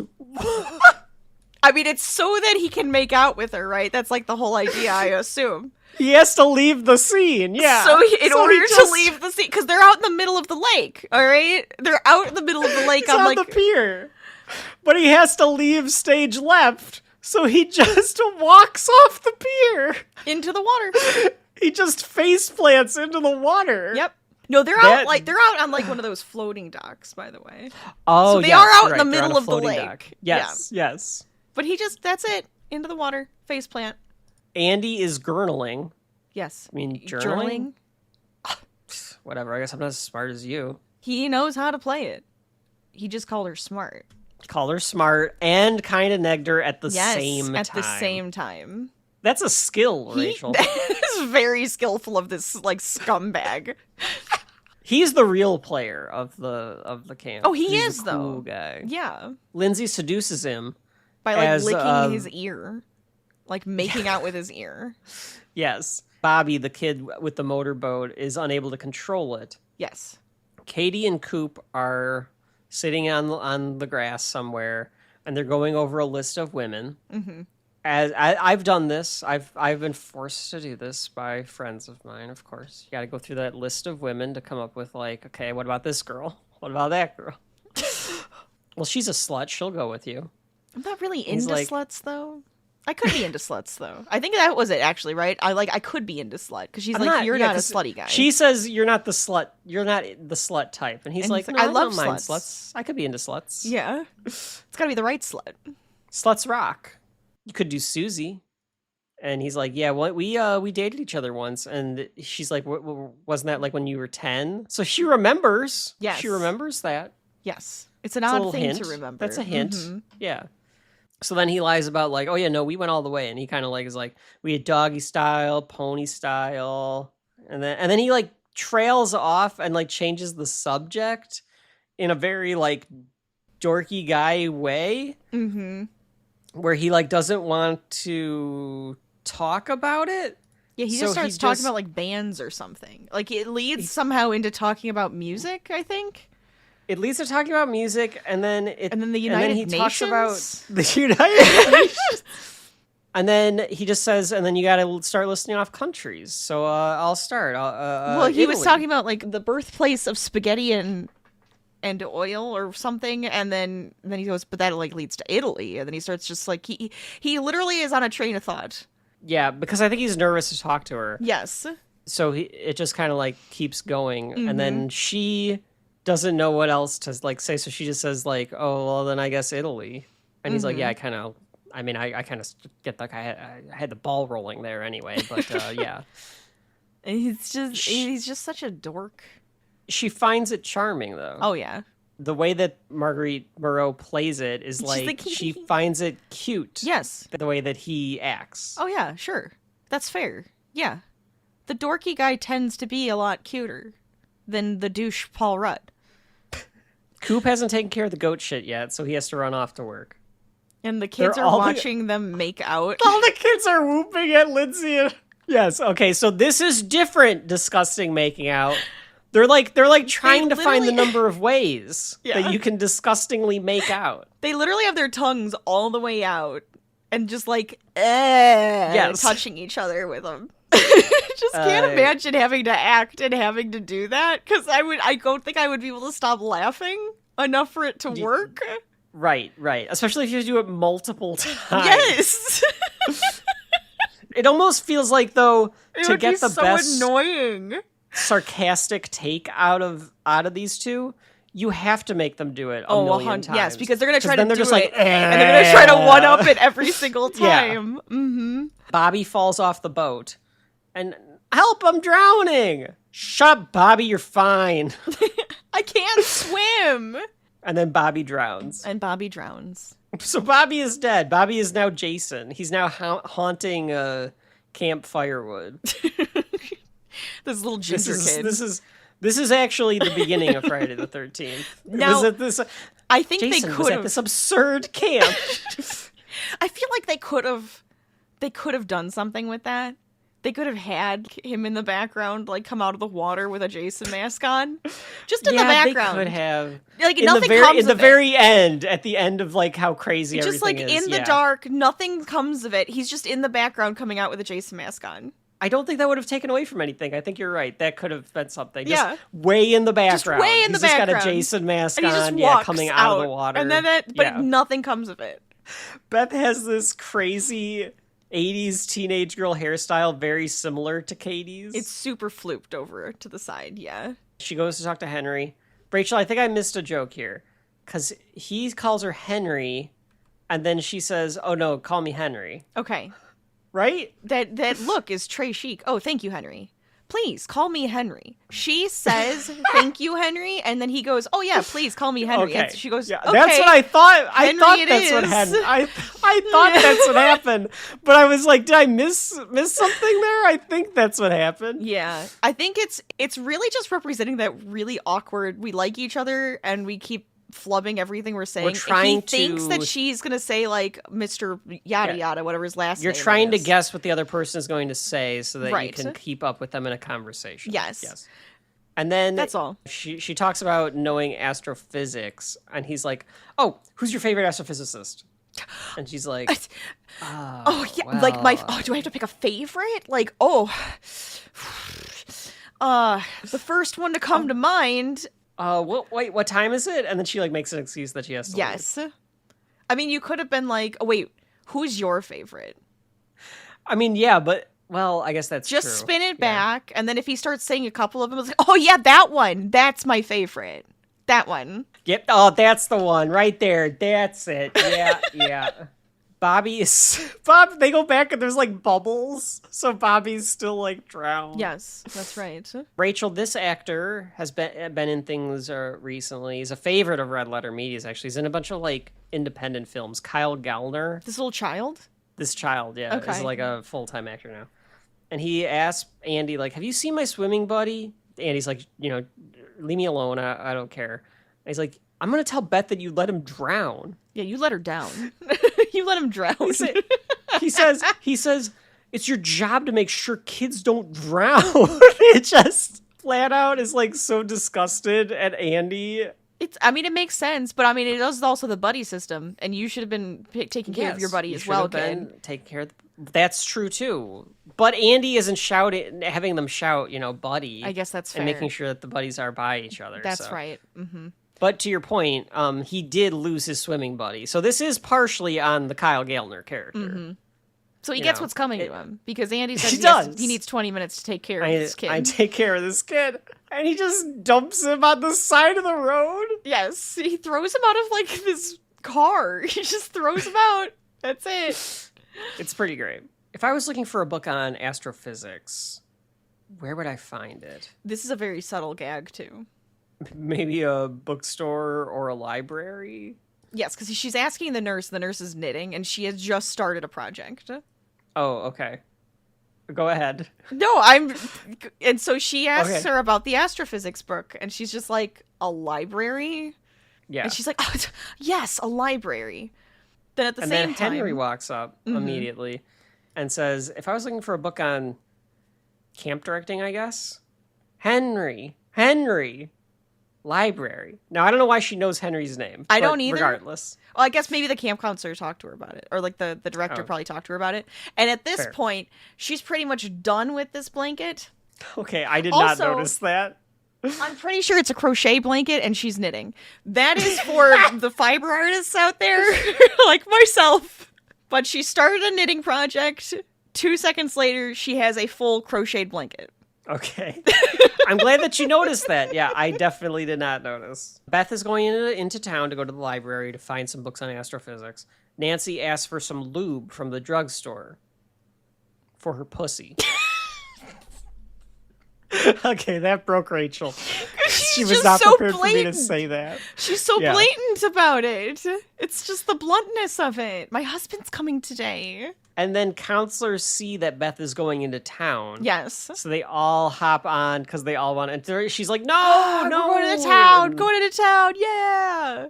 So they celebrate going into town. The music plays. And the most great ridiculous montage is about to begin. Because it's them having fun. It's a very sketch comedy. Yes. They're having fun at first, going to get McDonald's, and then like we see Henry and Beth both looking for books, looking up books and stuff. Mm-hmm. They get ice cream. They start. It's smoking. not McDonald's, Kevin, because they're covering the fact that it's McDonald's. We all know what the McDonald's fries box looks like, okay? But it is just generic fries. You're right. They're not sponsored. They're smoking in the parking lot, and Beth catches them, and then she's like, "Whatever," and then starts smoking with them, and then they progressively do harder and harder drugs, and like knock people out and steal money. They steal some old woman's money to buy drugs. Mm-hmm. They end up in like a heroin and crack den. Yes, and they're doing heroin. I think Katie's dead. I think she was dead. And like Susie's like tweaking out, and Beth has like the heroin like sores and stuff on her mouth and everything. Mm-hmm. And then they come back from the montage and they get out of the truck and they're like, "Oh, how was town?" And JD's like, "Oh, it was great. It's so great to just get out of camp, even for an hour. Even for an hour. It's like they were there for like an entire week in that crack den." It's like taken, and instead of them being taken, they were like willingly going in there. Oh no, I found another crack den. This one's got a bunch of kids from Maine in it. Now I have to save all these camp counselors from Maine that have fallen into this crack den. I'm good. I am good. Rachel, I contemplated having us do the entire episode as though we didn't know it was supposed to be an absurd comedy. Oh, that would have been funny. As the joke, so that we would like be really upset, like really and outraged. outraged Oh yeah, at this montage and be like, and then they do all these drugs that? And never talk about it again. Ugh, and they look fine. What the fuck is that? They're just all suddenly fine. I don't even know how. It's ridiculous. I don't know how you don't acknowledge all of the drugs being done, but they don't. It's like a giant plot hole in the middle of this movie. Is that Katie and Coop, they're addicted, and Susie and JJ are all addicts now. Right. It's never addressed, and it's a giant problem. It must just all be like hidden in the background. I just don't get it. It's really ridiculous. They need terrible help. writing. Just terrible writing. Yeah, I thought like, should we do the entire episode like that? But I was like, would people get it? Would people know that? Would in the age that we live in, would people get the joke? They'd have to get it. If we did the entire episode. We could do another one. We could do 2. And we could release one like where it's like secretly released and just see if other people It's like a bonus. I kind of like that idea of us do a doing bonus. a serious cut where we just are outraged at how absurd the movie is. Coop says he's going to see Kate. He asks if he can see Katie later, and Katie says definitely. So she had enjoyed doing all of the drugs with Coop. So now she's into it. Spend more time with him. And he does like the girly. I know what you're gonna say, but he does like a yes, and he like turns around and starts like skipping away. And what happens, Kevin? This moment. I don't think I ever noticed this until this time. I remember this. This is one of those that I remember. So, the rest of the group that got out of the truck and like stage left. You just exit the scene. Well, they all, I think just to fuck with Michael Showalter, all went and stood just staring. They're up against a wall. Up against this barn wall. Yeah. So Michael Showalter goes, "Hey guys, wait up." And then he goes and just like slams himself against the wall. And stands with them. It's so good. Oh, God. I love it. It's so dumb, and I love it. It feels like one of those things that they did just to fuck with each other. They didn't plan to keep it in the movie, but they just, yes, and then they just did. Yeah. They just did. They're a bunch of comedians. They just go, yes, and then they do it, and then they keep it in the movie. Vic and Neil are heading off to, or they're driving to get to the. This is only like the second time we see this guy at the glasses, though, because he he shoves his head out of the car to be like, knock off get in the car, we have to go. Yeah, and then now we have him here. Yeah. Neil, played by the great Joe Latrulio, who's in a bunch of other stuff, all over Judd Apatow's repertoire. This has a lot in common with Heavyweights, not just because of the camp, but like Judd Apatow produced Heavyweights. Okay, do you know that, Rachel? I didn't. Did you know that? No. Okay, Judd Apatow produced Heavyweights, and then a lot of the actors in this stable end up in a lot of the Judd Apatow stuff. Okay.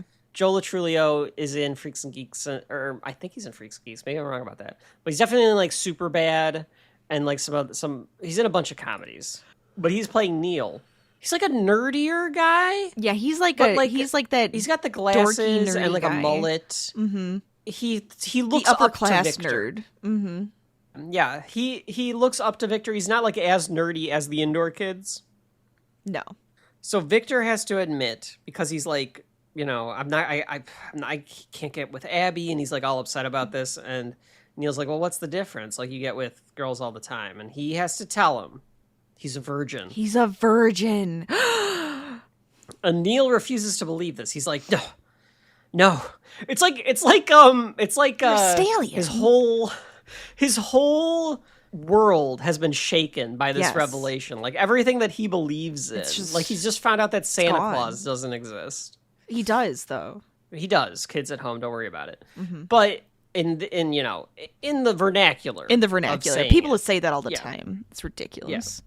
He calls him a loser. Neil just goes like, "You are such a loser. You're a loser. You're a loser. I won't believe this." I wanted him to start crying. Like, it felt like he should have been like, I can't believe this. I can't believe that you would do this. Yeah. I look up to you, man. yeah. That's what I was waiting for. Like that. We all look up to you, man. It's now 11 a.m. I don't know why I said it so, like, ominously that time. It is now 11 a.m. Do you know where your children are?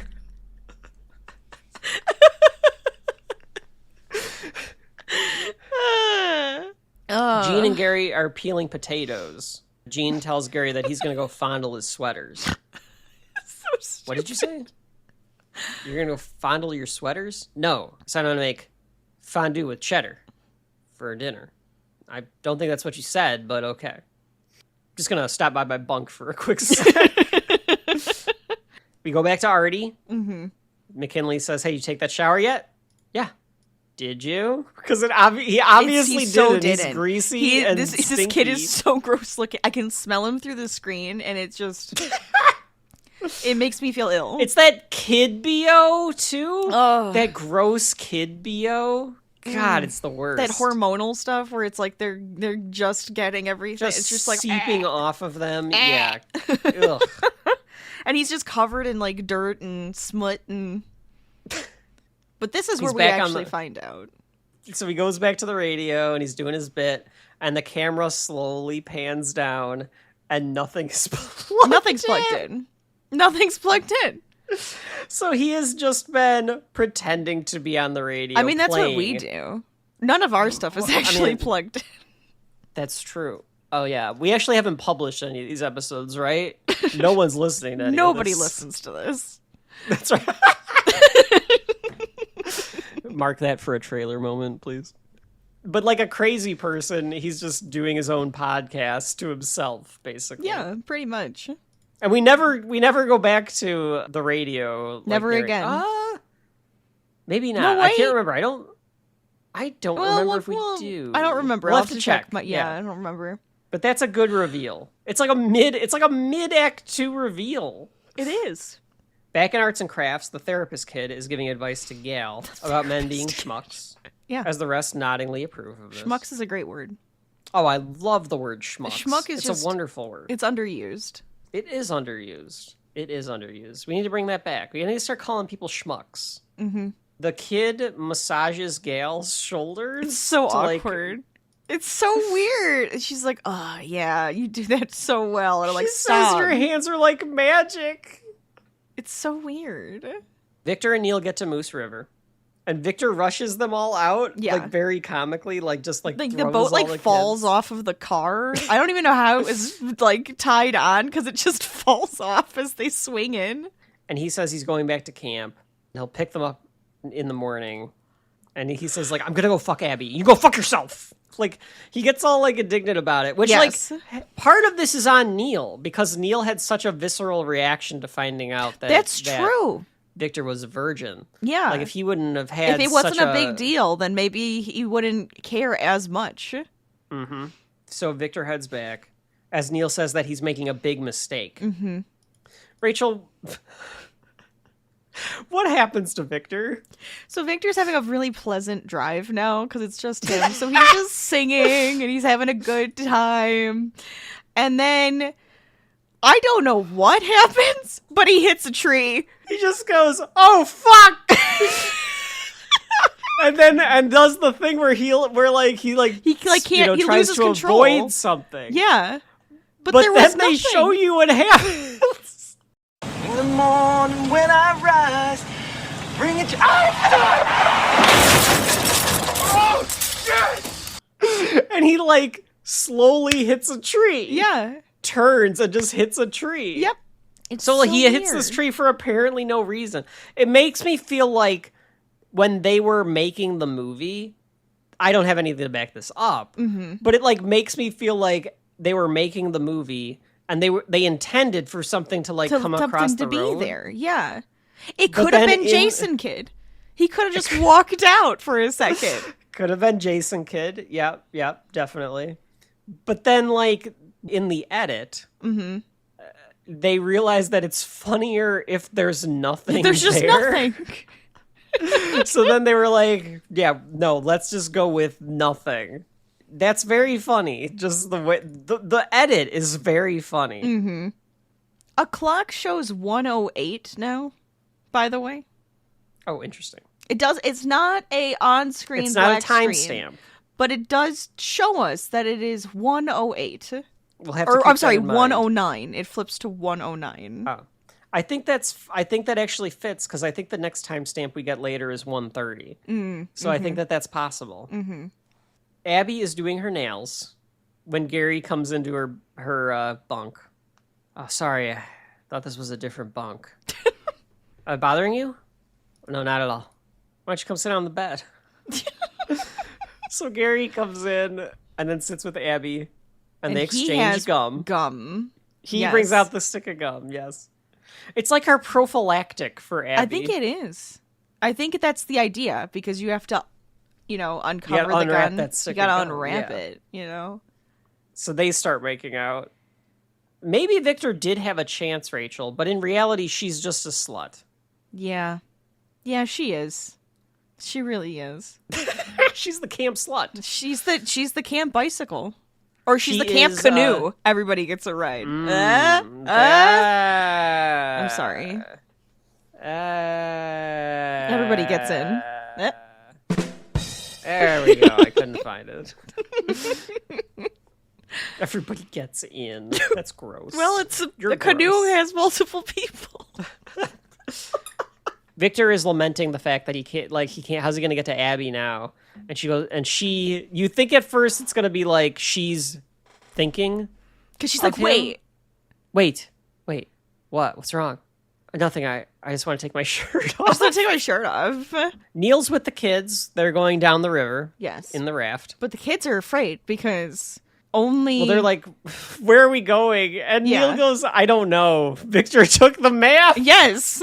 And he's the only one who knew how to like navigate the rivers or something too. Yeah, he's the only one that knows how to navigate the rivers. And they're going to die without him.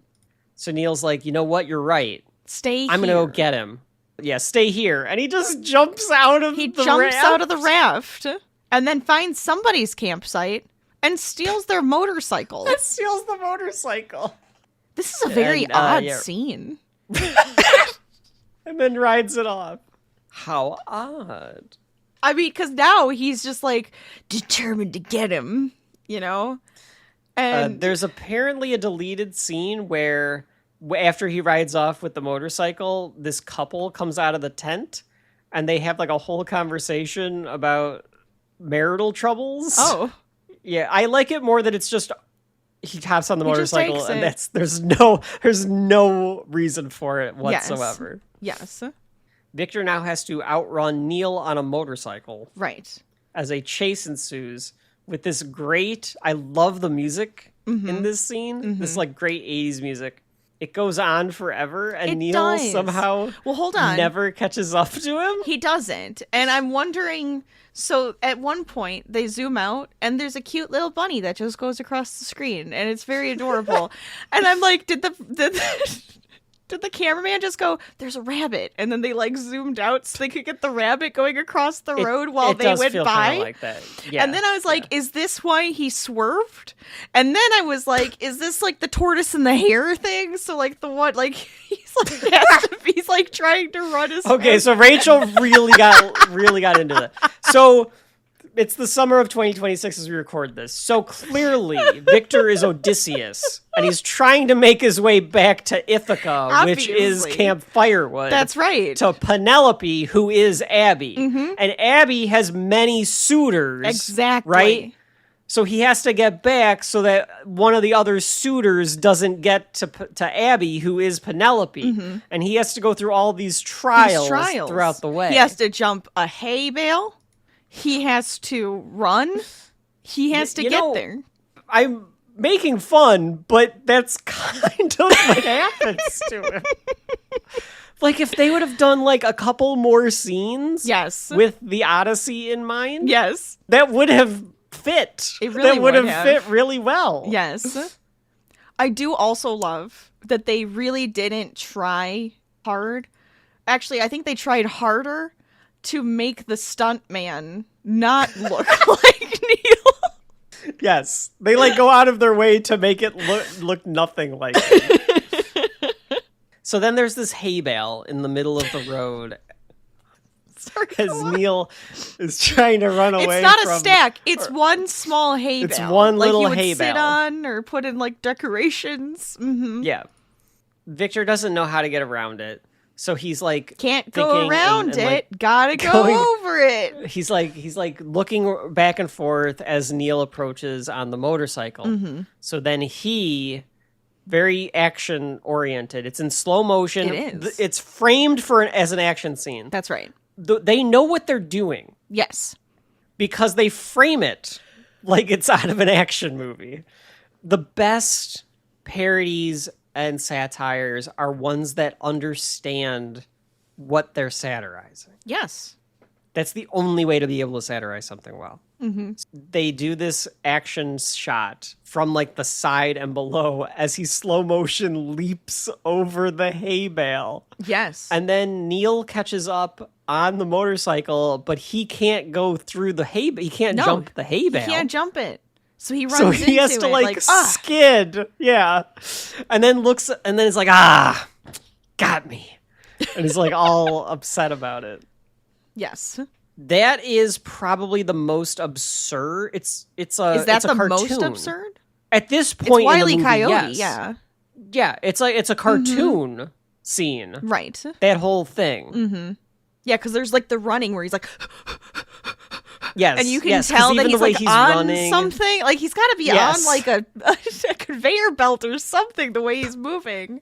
JJ, Gary, and McKinley go down to the docks to see some girls getting in their swimsuits. Some are getting topless so that they can go in the lake. And they're all like, "Oh my god, look at those! Like, oh my god, they're so hot!" Yeah. Mm-hmm. And as they're doing that, McKinley's like, "Hey, I'm gonna check you guys later. I gotta go." Yes. So JJ and Gary are like, he's so uncomfortable with sex talk. Every time we talk about girls, he gets so uncomfortable. Yeah. You know what we need to do? We need to get laid. You know what I'm thinking? Yeah, penis in vagina. No, dickhead. No, sex, dickhead. I mean, same thing. Right? Right? I mean, yes and no, Rachel. Sex can, like the physical are there action. Like multiple ways of having sex? Sure. Okay. The physical action, but the all-encompassing activities. Yes. Can be much more broad. Of course. Stroke. That's. Yes. I heard what you they're did there. describing is just intercourse. That's very correct. specifically. Right, yes. The heterosexual intercourse. Yes. Mm-hmm. Yes. Mm-hmm. Heteronormative intercourse. Yes. When a man and a woman love each other very much. So as they are discussing, like, well, we're going to get McKinley laid, and they like applaud this. McKinley. Well, first of all, they call him a gay slur. Yes, they do that. They go back to watching the girls, and at one point, Gary goes, "Throw the ball." Throw the ball! I wrote that too. And they get so excited when she throws Oh, yeah, throw that ball. Okay, now go back to the... It's a great little moment. It is a great little moment. Just that joke got me. So they're talking about how they like, okay, well, we could maybe get some girl they call from him an F Funk word. 10 to do it. Yes. They call him that. It's 1981. Even in 2001, people were flipping and flying that F word around. It's true. Yeah. We see McKinley. He goes into this shed of some kind. And who's in that there? Bradley Cooper has set up. That's right. And they start to have a very romantic... This is intimate. It's like put lit their like heads together. It's like it's lit like Vaseline lighting. Yeah, yeah. It is intimate. This is like they like cut back and forth between McKinley and McKinley and Ben and Gary and JJ like talking about it. Mm-hmm. There's About a bunch how of different just, Debbies. It's just really sad because he's like he's never gonna have sex with anybody and this and that. Mm-hmm. I felt like a lot of it had to be improvised because they're like, "What about Debbie? Debbie with the one B? No, Debbie with that Debbie that." And so like it felt like very. They kept double they D keep like double D Betty. Double D Debbie. Yeah, that would have been a better that line. felt very improvised. But then it keeps going back to McKinley and Ben boning, Like which literally. Is pretty great. I think they're sweaty. They're very sweaty. They're like getting into it. I think feet on the soccer ball. Like, dang, man. Rachel, have you seen Sleepaway Camp? I don't remember Sleepaway Camp very well. Okay. I don't remember if I've seen it like fully or if I've just seen parts of it. Oh, I've seen some of it. No spoilers, but there's a scene that's very similar to this. Oh, really? And I feel like they have to be homaging it and like going over the top of it, like on purpose, of like doing like the thrusting and like being super sweaty about it. Sure. And the time is 1:30. Coop is giving this inspirational speech about how they're playing baseball against the evil Camp Tiger Claw. Yeah, because they have like this weird makeshift group of kids, and you can tell that they are, because none of them actually play. Today is the big culminating climactic softball game against evil Camp Tiger Claw. Boo! We have put together an unlikely team of misfits, and we've been training like crazy all summer. Yeah, it's a motley crew that you'd think would never even be able to win a single game.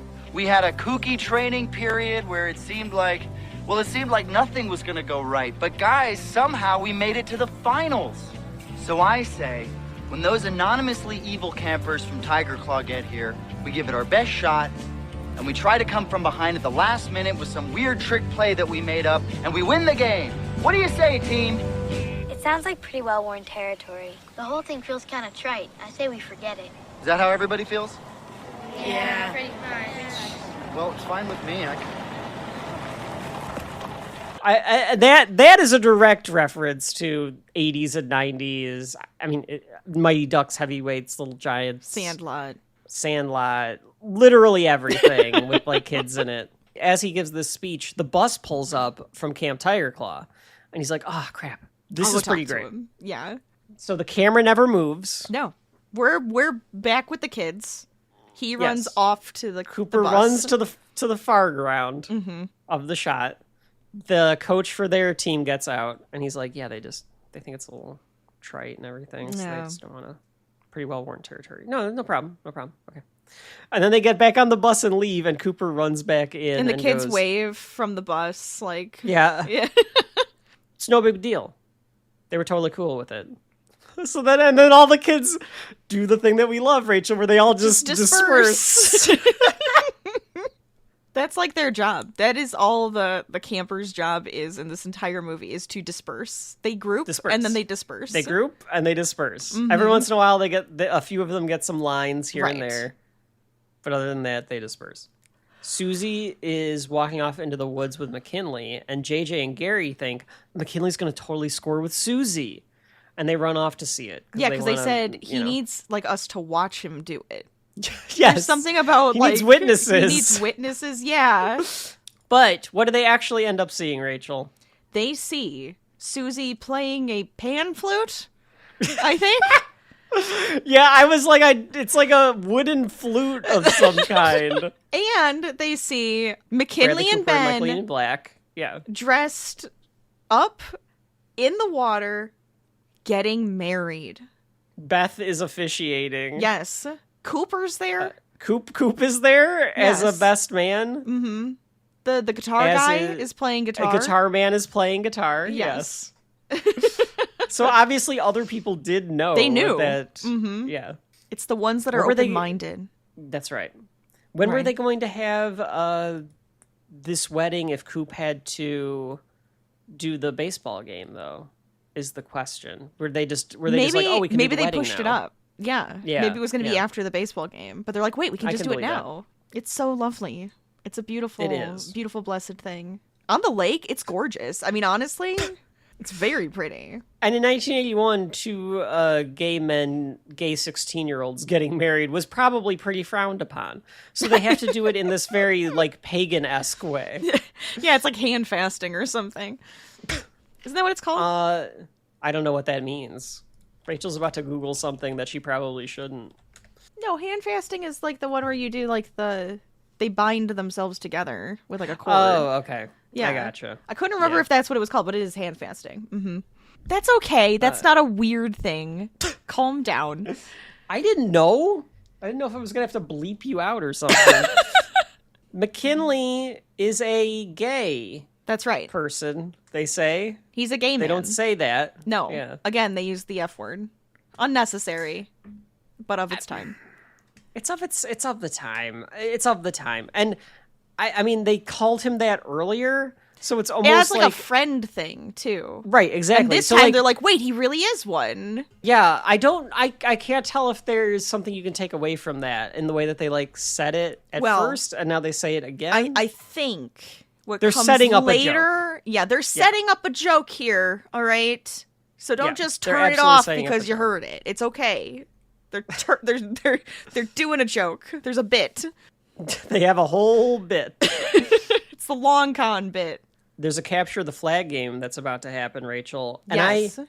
I really like how they do the camera work, the cinematography here, because they say like, okay, capture the flag, and then the girl chaos does the ensues whistle. Yeah. Two of the guys come and like pick her up and carry her off screen. Yes. It's like a music we're panning video. Back. And then we pan back as like kids like run around. It does feel like a music video. Yeah. It's like a musical. It's very play-esque. I really like that. I wish that there was a little bit more time watching that capture the flag game with that camera movement. Right. It would Like have a one probably shot. detracted. A little more one shot where you could have stupid shit going on to like keep it funny, like visuals. Because a lot of this movie's jokes are visuals. Oh yeah. Like as Rachel has said, like there's all these like little things that we probably even missed. Right. That people are shouting at us about missing it. Which is fine. We don't want this to be 8 hours long. Necessarily. But I really love the cinematography in that particular shot. Weird robot guy is holding a chicken Like for a some gun. reason. Like a gun. There was a whole thing where people were started doing that with their cats and stuff. It's the same idea. So Beth comes up with Bradley Cooper and Amy Poehler, and asks him if he's like gonna eat anything.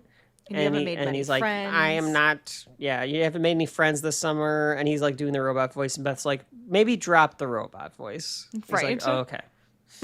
So we learn this is his 5th summer here. Right. And she was like his counselor and everything. And she's just like, oh, right. Okay.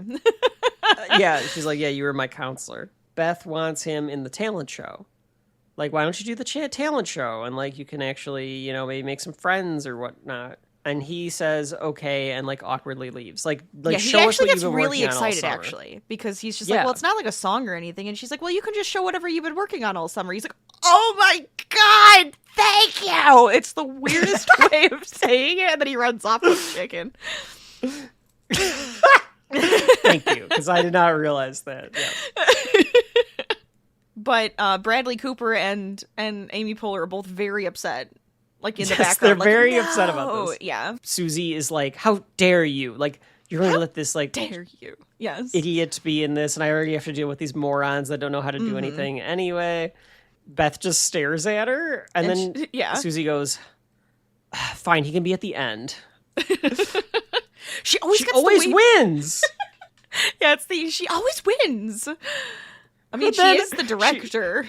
She throws like the pamphlet at the ground. Yes. And then in a very High School Musical kind of Yes. way, Bradley Cooper goes to like pick up the Yeah, sheets, and like, and yeah, she's like, he's- leave no, it on the just leave it on the ground. ground. And she like grabs Leave it it on the and ground, throws you it again. idiot. And then she picks it up again. He like keeps bending over for it. I think this might have been Bradley Cooper's first movie. No, is it? I think Jack Quaid Does he mentions even- that on okay, the Red here's Letter my Media. question. Quaid. He only has like one line though. He doesn't really talk much. He doesn't talk much. He has more than one line. He's more of a visual man. He's more of a visual. He's Amy Poehler's heavy, True. really, in the movie. Yeah. But he is more of he is like the Elizabeth Banks though, I feel like, in the men's He section. is. Yeah. He's the Elizabeth Banks on the men's side. Yeah, where he's more visual. Yes, he's there. He has a couple lines, but He has his bits, but he's not a main focus Right. at all. Katie and Andy are hanging out again. of course. Just Katie's no, they're not asking- making out. They're just hanging out. He's They're got not his making head out, in they're just his hanging lap. out. Yeah. And Katie's asking about going like for a walk or something like that, like going on a hike. And You're gonna pound this Andy, into of me all course, day. gets very offended by this. She like apologized and he goes, apology accepted. Apology accepted. Like a true toxic boyfriend would do. Absolutely. And then Andy just walks away. The ribs are ready. It smells like the ribs are ready. Yeah, Katie's like trying to tell stuff like, "Hey, we went into town earlier today." And he's Yes. like, "Oh, I think I smell the ribs." Right. Because food. Oh, this is when, and then she, Susie says, "How dare you usurp my authority of the talent show? You're gonna let this some diabetic freak make my life a living hell? Stop picking it up." So Professor Henry's with the kids, and he tells them that you may say that each one of us is a crew member here on Spaceship Earth, and they're all like, "Wow!" When can you tell? When can you say that? Anytime. Literally anytime. Dinner. Anytime. Like now. I love that he says dinner. Like why dinner specifically? But this is when we find out that he's not he's really a lie. a professor. His life He's is living a a lie. Yes. He's an associate professor. What does that mean? Means I'm less than. and he starts to cry, and they all hug to comfort him. That's right. And as Henry cries openly, Beth shows up. There's a lot of crying in this movie. Yes. And I love that they always use the glycerin and they just dump it on the people's faces that are crying. They're just covered in glycerin. That's right.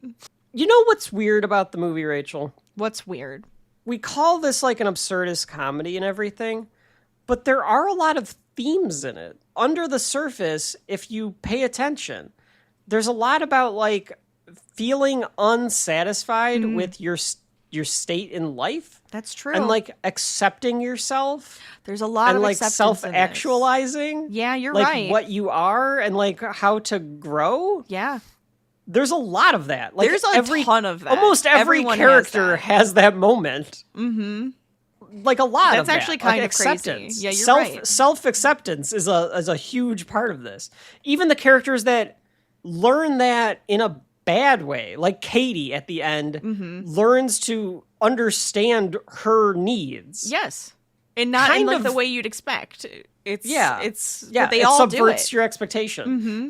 It's interesting to me that something so stupid actually has that under the surface, and it's consistent. It's very consistent. They all kind of reveal something about themselves that's like a bit embarrassing or upsetting, and then come to terms with it. And then have to come to terms with it. Yeah. Like they get all this growth in the They summer, really but it's do. all on this all in one day. So Beth shows up and she like hugs them all and she's like, "What's wrong?" And Henry's like, "We're just having a little cry."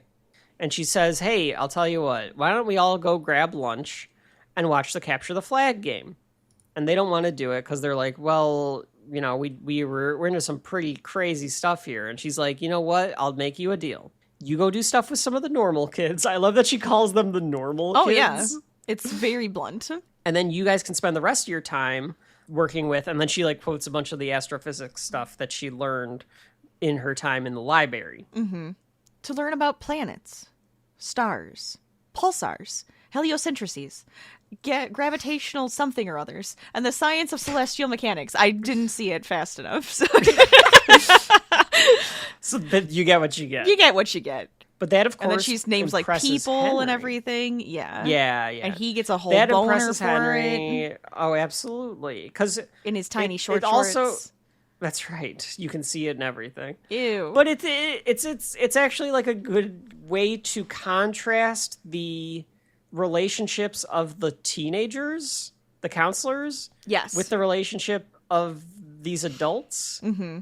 Because like the adults are trying to find commonalities right. to understand each other, and in the case of in the counselors, it's just sex Right. and physical attractiveness, Yes. or crushes that they don't quite understand their feelings. Yep. It makes sense.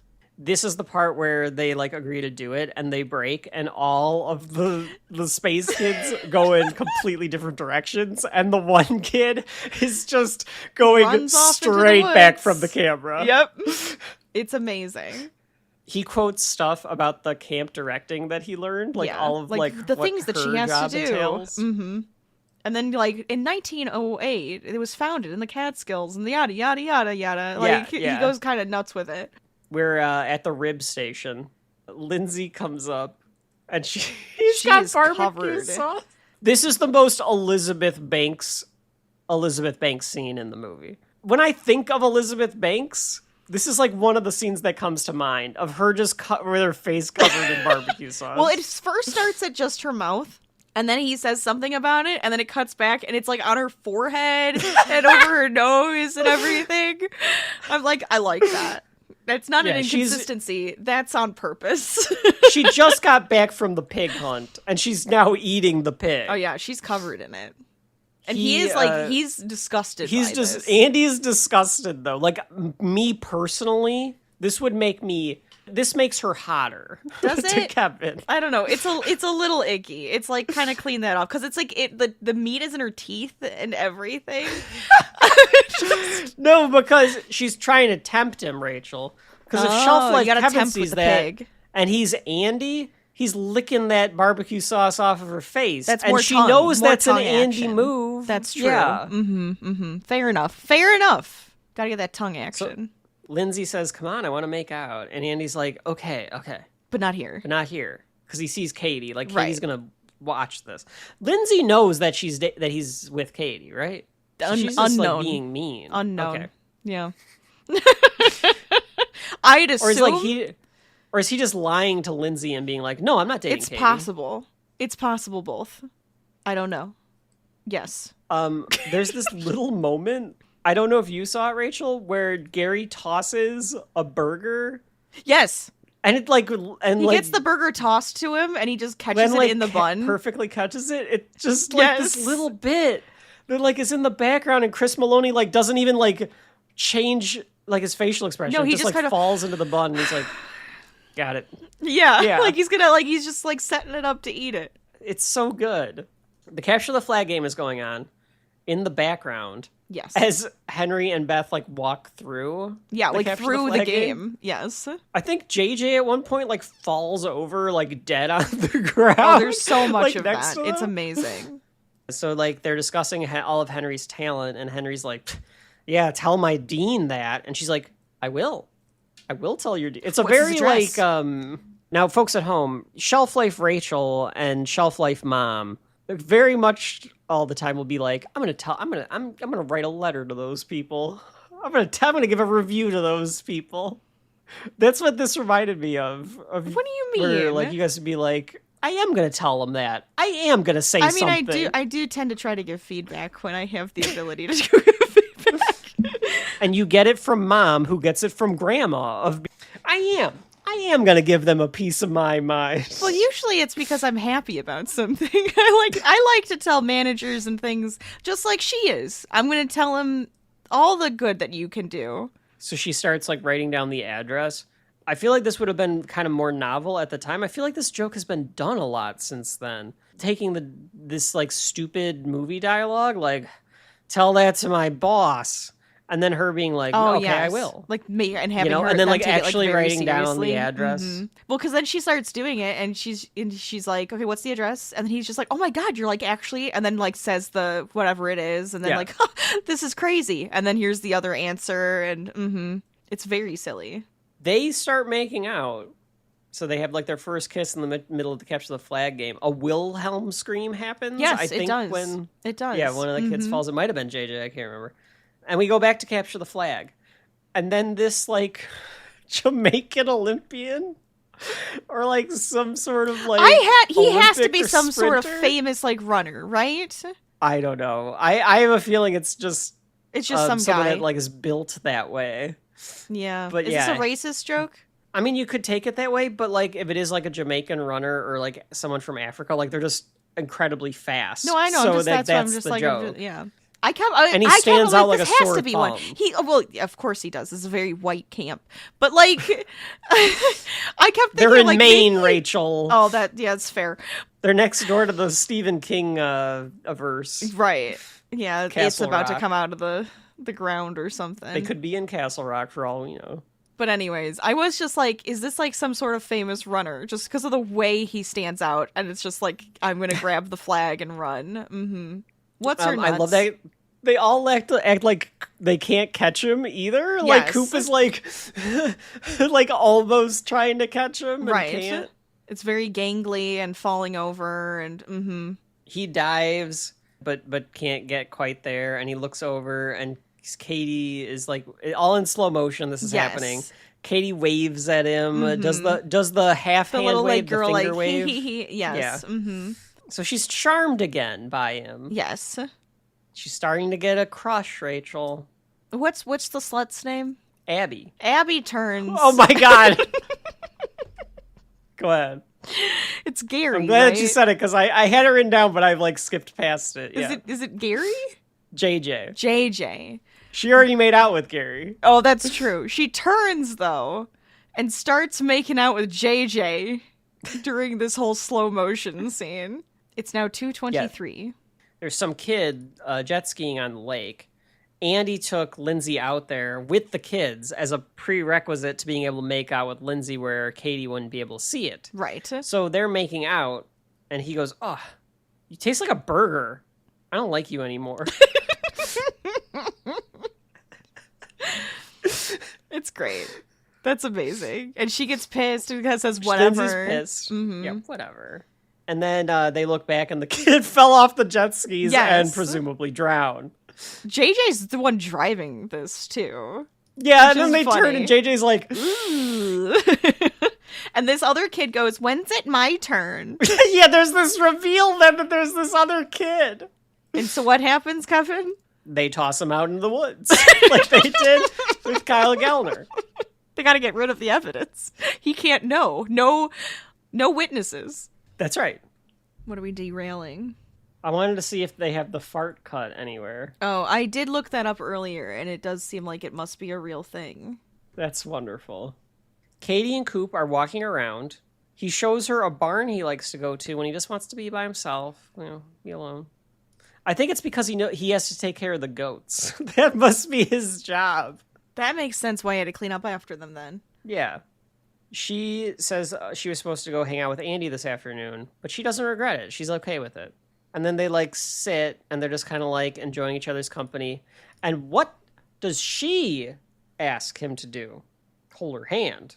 Oh yeah, she does ask to hold the hands. I missed that, I think, about the holding of the hands. Yes. Which is that's a tell, right? I would think you so. can be friend zoned into holding hands. Sure. But I don't feel like that's very common. I don't think that's a very common thing. At least in my opinion, if you're going to hold hands, it usually means there's a bit more happening there. Yeah. This is a very slow scene. Yes. But the joke is it's very different, right? Because she goes, it's cold. And he says, yeah, I'm freezing. Now, keep in mind, he's wearing a flannel shirt. Yes, and she's wearing a zip-up jacket. Wearing a hoodie, yeah. Mm-hmm. And she's like, oh, do you want my sweatshirt? And he's like, yeah. And so she gives it to him, and he puts it around himself. Warm. And then she's like, no, now I'm really, really cold. Do you want my flannel? Yeah. Yeah. So he takes off his flannel, puts on her sweatshirt, gives her the flannel, and she puts it around herself. It's so stupid. Yeah. Actually, that's kind of my favorite shirt, though. So you have to give it back. You have to give it back. And she goes, "What? Like now? Yeah. Yeah. And so she does, and he puts it around him. It's so stupid, and keeps her hoodie on. Yeah. It's so stupid, but that gives time for an awkward pause. And they kiss. And they kiss. Because there was this whole cute thing of them giving each other their hoodies to keep them warm. And the goats walk around them. I do just like the goats. I like how the camera frames it, because they're they do the makeout, and then the goat walks in the foreground in front of them. The goat could have done that on accident, and it could have just been a happy accident that the goat is just there, just doing what it wants to do. It's a goat. We had a quick cutaway of robot kid, Steve. He has a helmet on, and he's triangulating something. Right, yeah. The arts and crafts therapy continues. They do a mock phone call where they're encouraging Gail to be strong. The one kid, I don't know if we ever get the kid's name. I don't know. He looks like a kid that has been in other things, though, because he's got that look. There's a kid named Aaron, and I don't think I ever remember somebody named Aaron, so maybe he's Aaron? Because most of the other kids... It's him. I see a picture of him when he's young. It's him. Okay. So he's pretending to be on the phone and everything, acting as Ron. I love when it's I want to get back together with you and everything, and this one kid just goes, "Be strong, Gail." And then she's like, "I'm never getting back together with you," and hangs up. Goodbye. And all of the kids applaud. Yes. You're doing it. I love that this is how they're spending their last day at camp. Yes.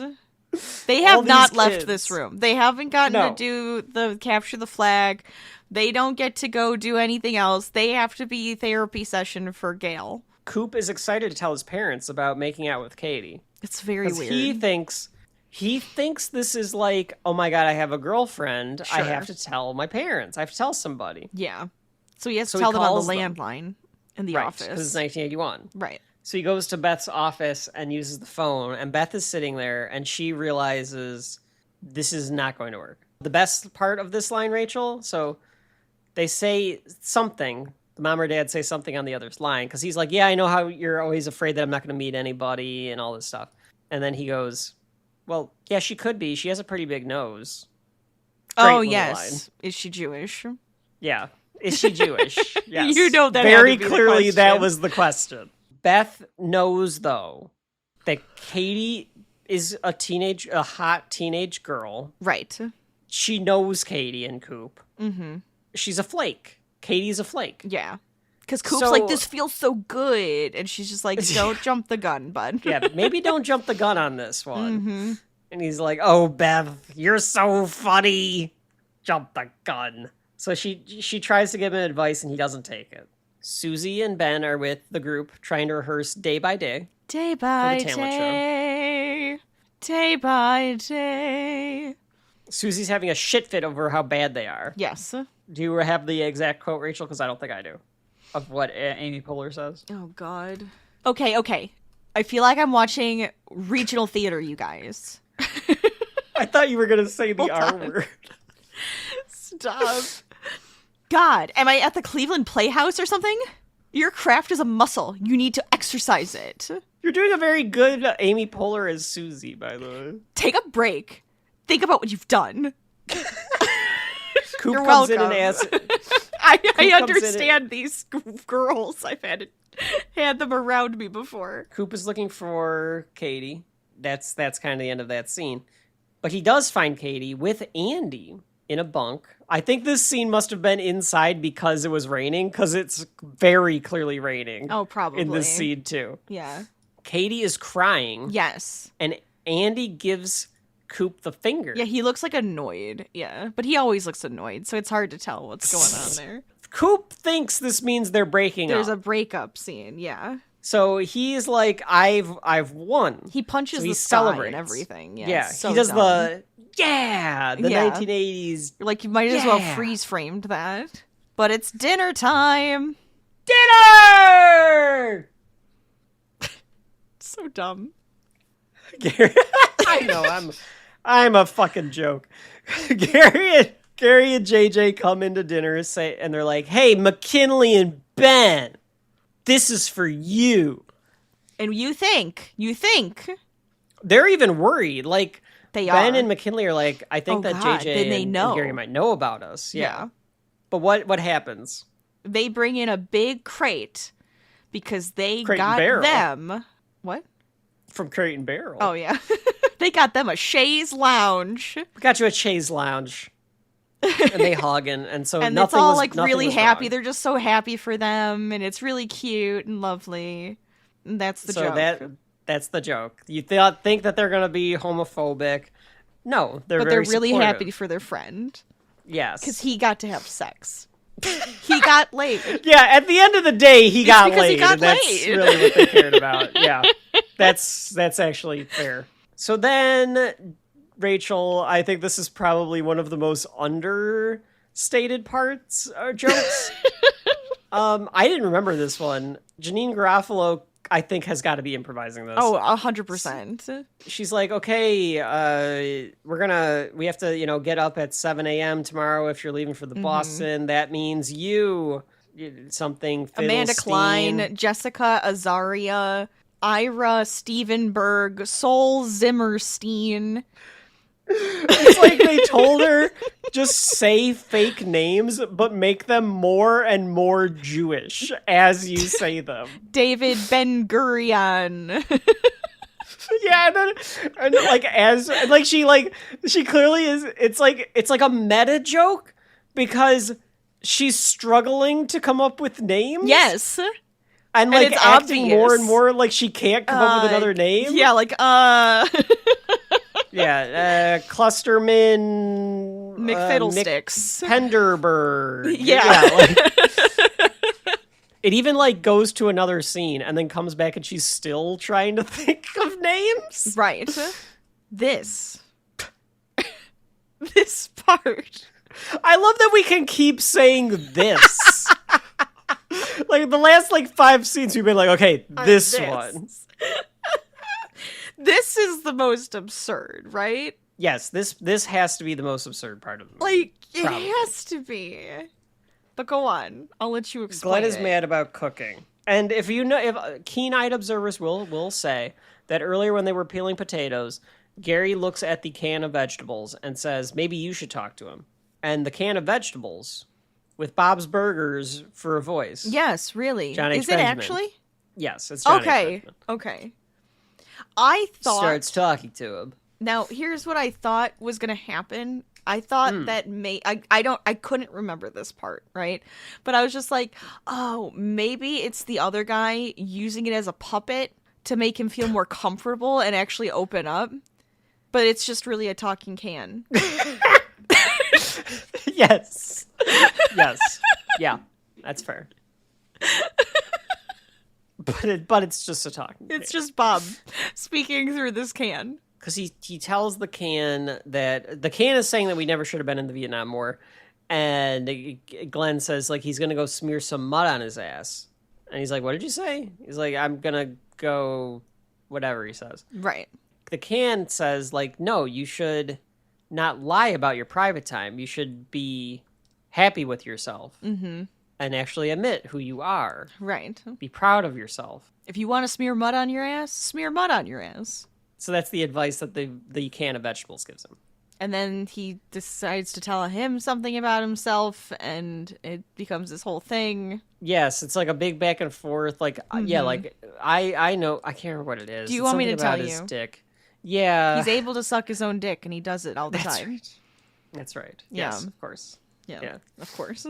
Cooper meets up with Katie again. I keep saying Cooper, but it's just Coop. It's just Cooper. Cooperberg, I think is what his name is Gerald Yeah, his last name is It's Gerald Cooperberg. I don't know. I don't know. You said it like Janine Garofalo. Gerald Cooperberg. Katie tells Coop that what happened was a big mistake. The shots in this scene are interesting. They're almost too close up. Yes, they're very, very close. They're to their faces. very close up. Mm-hmm. She says she can't do this, and she doesn't. She's dating Andy. So they didn't really break up, right, in that scene. So yeah. she's like, we can't do this. She tries to tell her but we need to be together. When we first started hanging out with each other this morning, since then I've fallen in love with you. Yes, I'm a man who loves a woman, and I want to provide for her. And he gives this big romantic it's romance, is it almost Love rom-com Actually or speech. something? Yeah, it feels very Love Actually, which would have Yeah. been around this time, so that would have been in the zeitgeist. sure. When we first started hanging out together this morning, we were just friends, but things change, and I've fallen in love with you. I just know that if you give me a chance, I could make you feel so good. So I am coming, not as your buddy and not as your co-counselor, but for the first time as a man who loves a woman and who wants to hold her and provide for her and, yes, have sex with her. But no, seriously, Katie, I love the way you laugh and I love the way your hair smells. And I love it that 10 sometimes things I hate for about no reason. you. Jesus. Yeah, it really, it's supposed to. It's Yeah. clearly a satire of for that sure. speech. And I love it that sometimes for no reason you're late for shul. And I don't care that you're bow-legged. And I don't care that you're bilingual.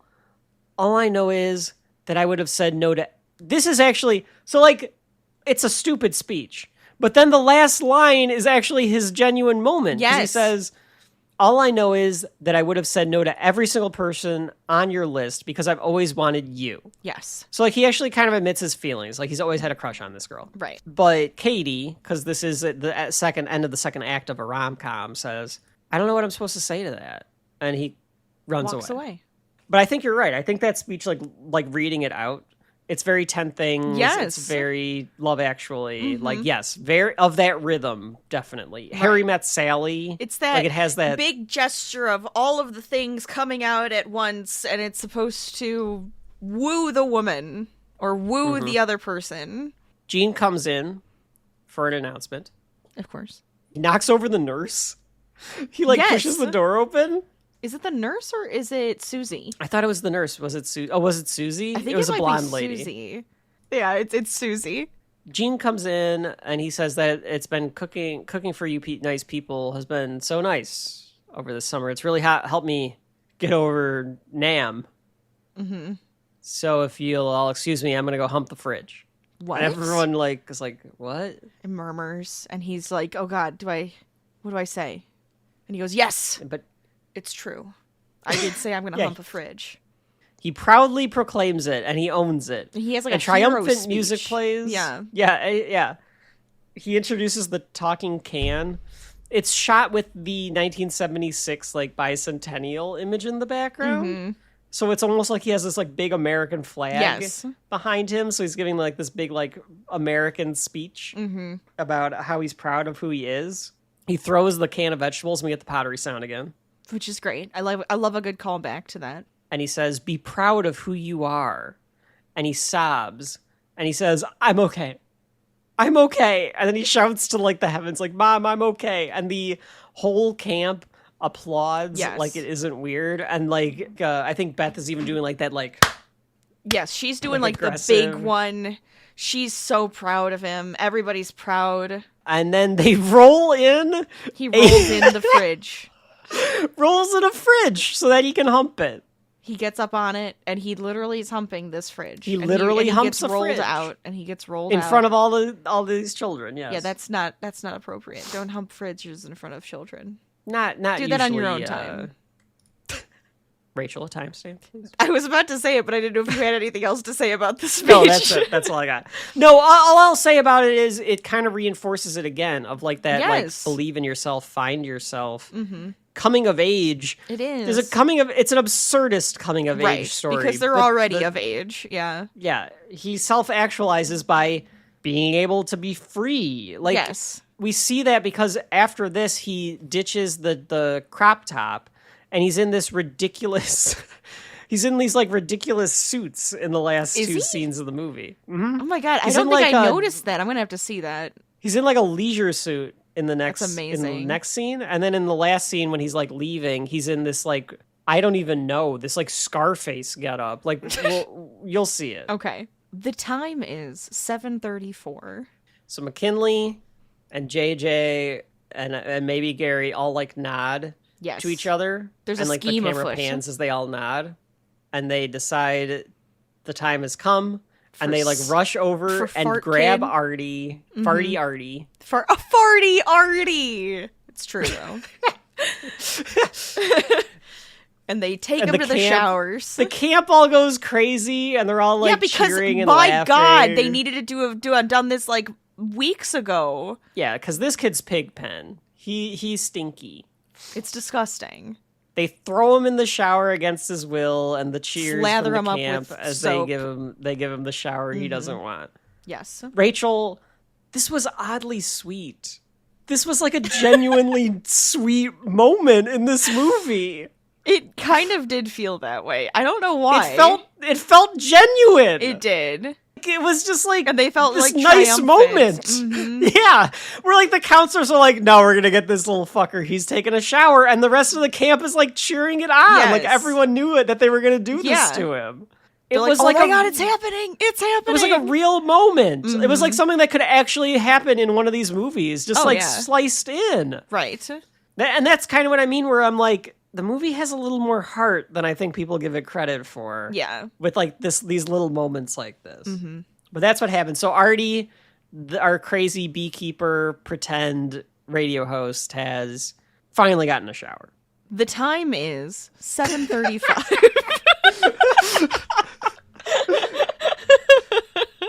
It took 1 minute. The time is. Do you think that people know what we would do if we did that like as a parody? That like the time is. Do you remember that? Yes, I do. You could. So folks at home, the young people, I think it was They know on what its it way out is. when we were kids, right? They know what like it they is. stopped. Do you think so? I don't know if young people know what it is, but Because it was obsolete when we were kids, and they like barely had it around. But some people would do it to synchronize their clocks, because there was a phone number you could call, and it would just tell you the time. Yes. So that you could go around the house and you could make the clocks correct. That's fair. Yes. That is there is a number is there still a number? I cannot imagine that still exists. Why would you need it? Is there a phone number to call to know what time it is anymore? This is fascinating. Should I try it? Is there really a number? Does it say there is? Yeah. Okay, you have to call it. You have to call it on air. Is it real? If somebody answers, I'm just hanging up. No, it was always like an automated voice. I know, I'm just scared. Oh, this is an insanely beautiful woman. I'm hanging up.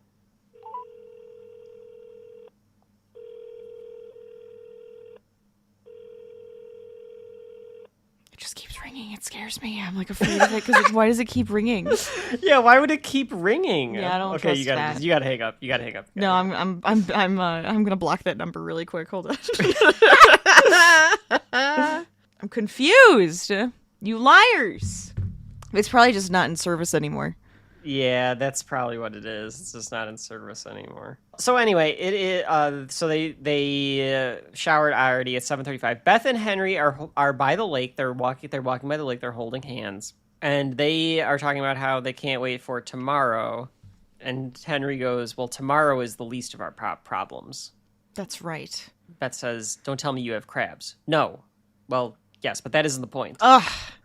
He tells her, "Meet me over." This joke is stupid. This is a dumb joke. This is a dumb joke. I liked it though. I Meet me at the understand picnic why, table. because he needs his team, but go on. That's right. So he says, "Meet me by the picnic table in 10 seconds and I'll tell you." You literally He goes 10 off real screen. seconds. 10 seconds later, she's just kind of hanging out, She just stands there. enjoying the yes. sunset. And she takes like 3 steps after 10 completely empty seconds. Yes. And she takes a few steps over to the picnic table that they were just walking by, and there he is in a lab coat with all of the indoor kids. With the dorks and like telescopes and all these like reading things and stuff like that. Yes. It's a very stupid joke, but it works. It does for some work. reason. It does work because it's dumb. He explains that Skylab, there's like a piece of NASA Skylab that is going to fall on the camp based on all of their trajectories. Yes, that's right. Oh, okay, so part of this scene, the joke is the reactions that Janine Garofalo is making. Oh my god. Right? Oh my god. Yeah. Jesus. And it's Jesus. So like, did they tell her to react? Did they say a different line to have her react that way? Like, what was the way? How did they film this scene? Because why does she say it like that? Like, that's the joke. Like, it's tonally off the way that she responds. Weird. Well, because she's so like just blank, and then all of a sudden goes, Jesus. Yes. Oh my god. And you're just like, what's happening? Yes, it's very I think strange. it's just over the top because it's like in those ones where it's like, oh, this thing is about to crash land into the camp and we have to save it. And it's just, it's very over the top and very like, that's just dumb.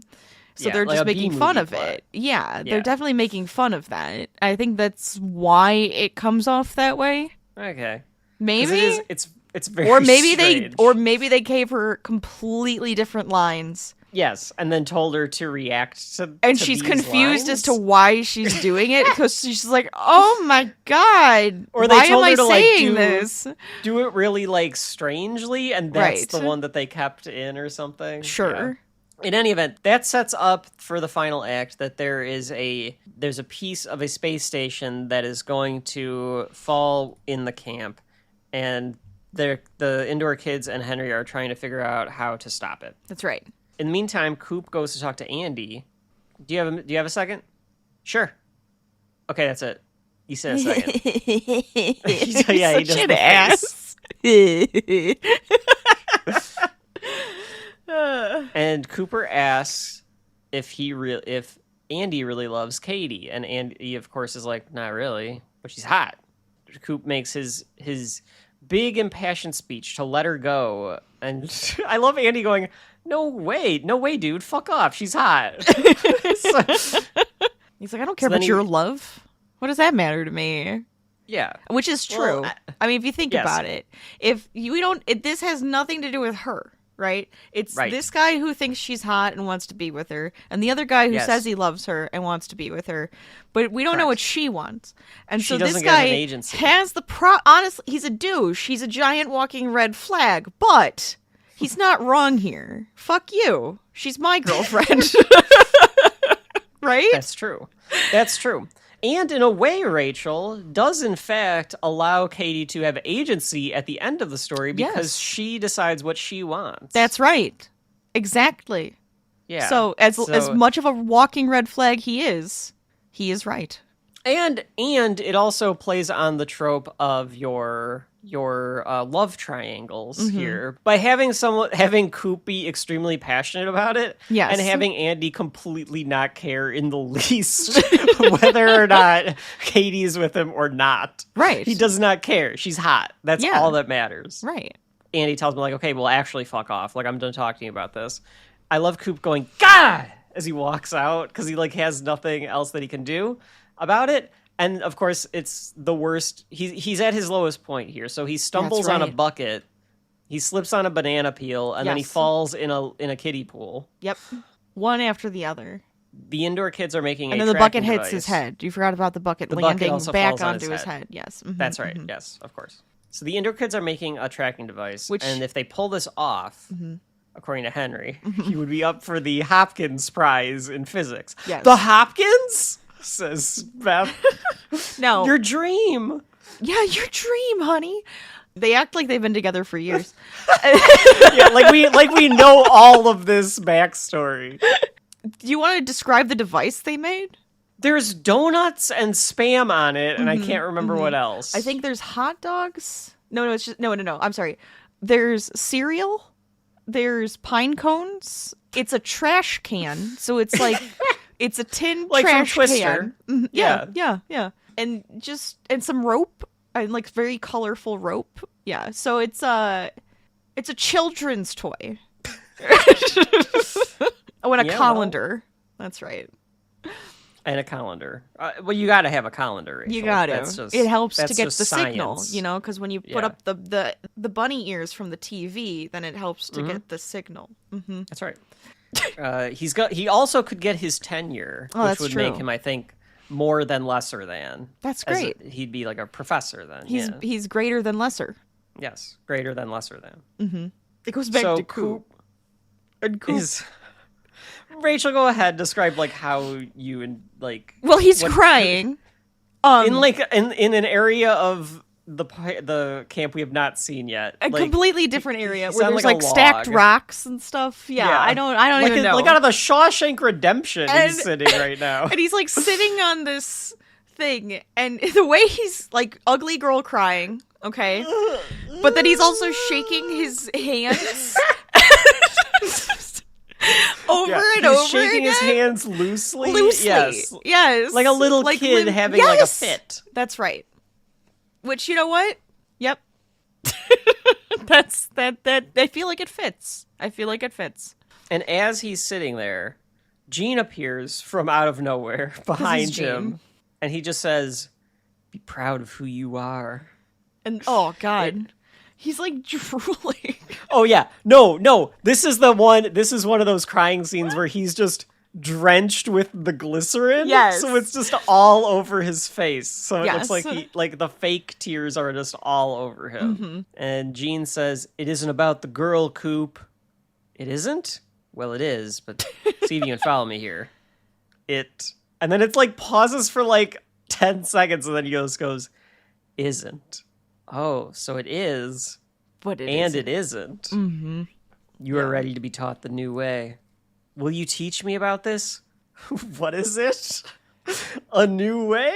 It's this like ridiculous setup for a montage. That's right. Yeah, a training montage, mind you. Now, part of this, if you want to think about the thematics of the movie that they stumbled upon, whether or not they meant to, is that Gene he's expressed himself to be proud of himself, right? Yeah, He has already self-actualized to the point where he now is proud of He himself. could be the teacher. So now he can teach Coop to be proud of himself and to make himself better, and thus he won't have to worry about Katie, right? Like, he has the confidence to do what he needs to do. Yeah. To accomplish this, they do a 1980s montage. They're running. They do a jog. Like, straight out of Rocky IV. Like, Is that what it is? is? Yes. Okay. That, even the close-ups on their legs is, like, straight out of Rocky. So they do the jog. He's doing that.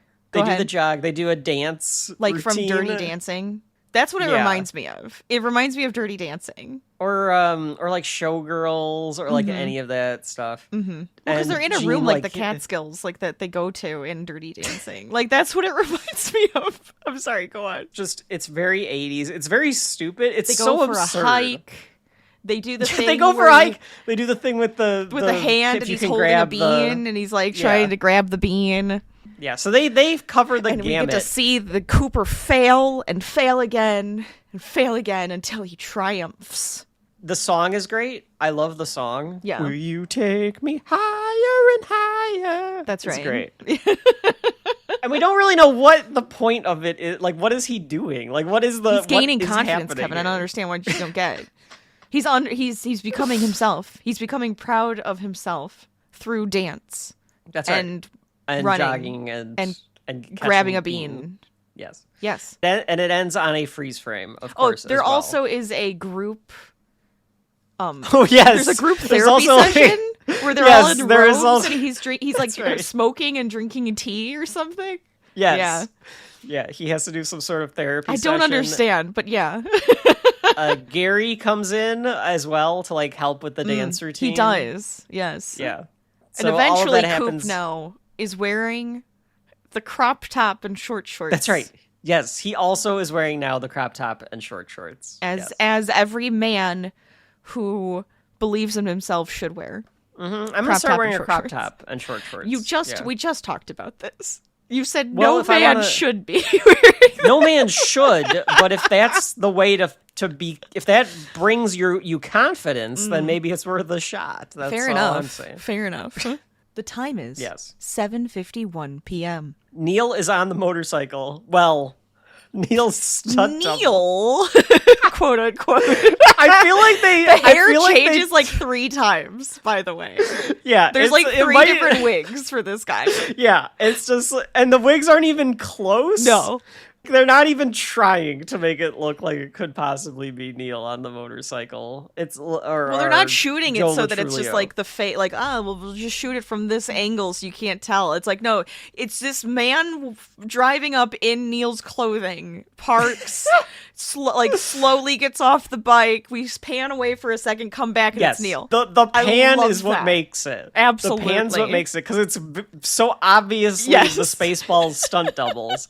And it pans over, and Beth goes, You've Neil! guessed And then it stunt pans doubles. back, and it's Neil. It's great. So what we find So, out, though, is that the Neil kids are says- trapped at the top of a waterfall. Yes, they're trapped. And they're About to the best go is- over. Yeah, they're about to go over. And they cut to the kids, and the kids are just... The boat is clearly not moving. Oh, yeah. And It's they're just stagnant, and the water, they're just going, to like no one, to no like one. the camera. That's right. Okay, so this next scene, Rachel, I don't know how to explain it.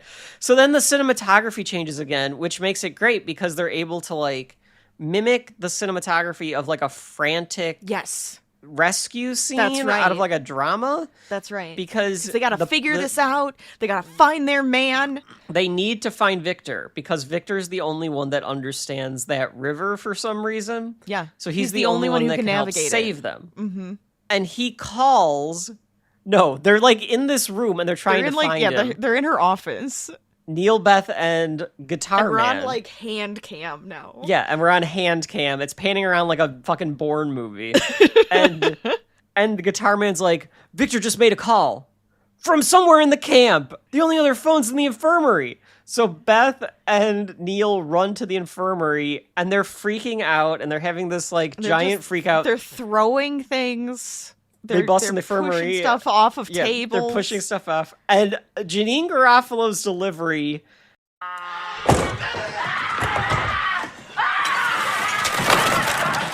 What's the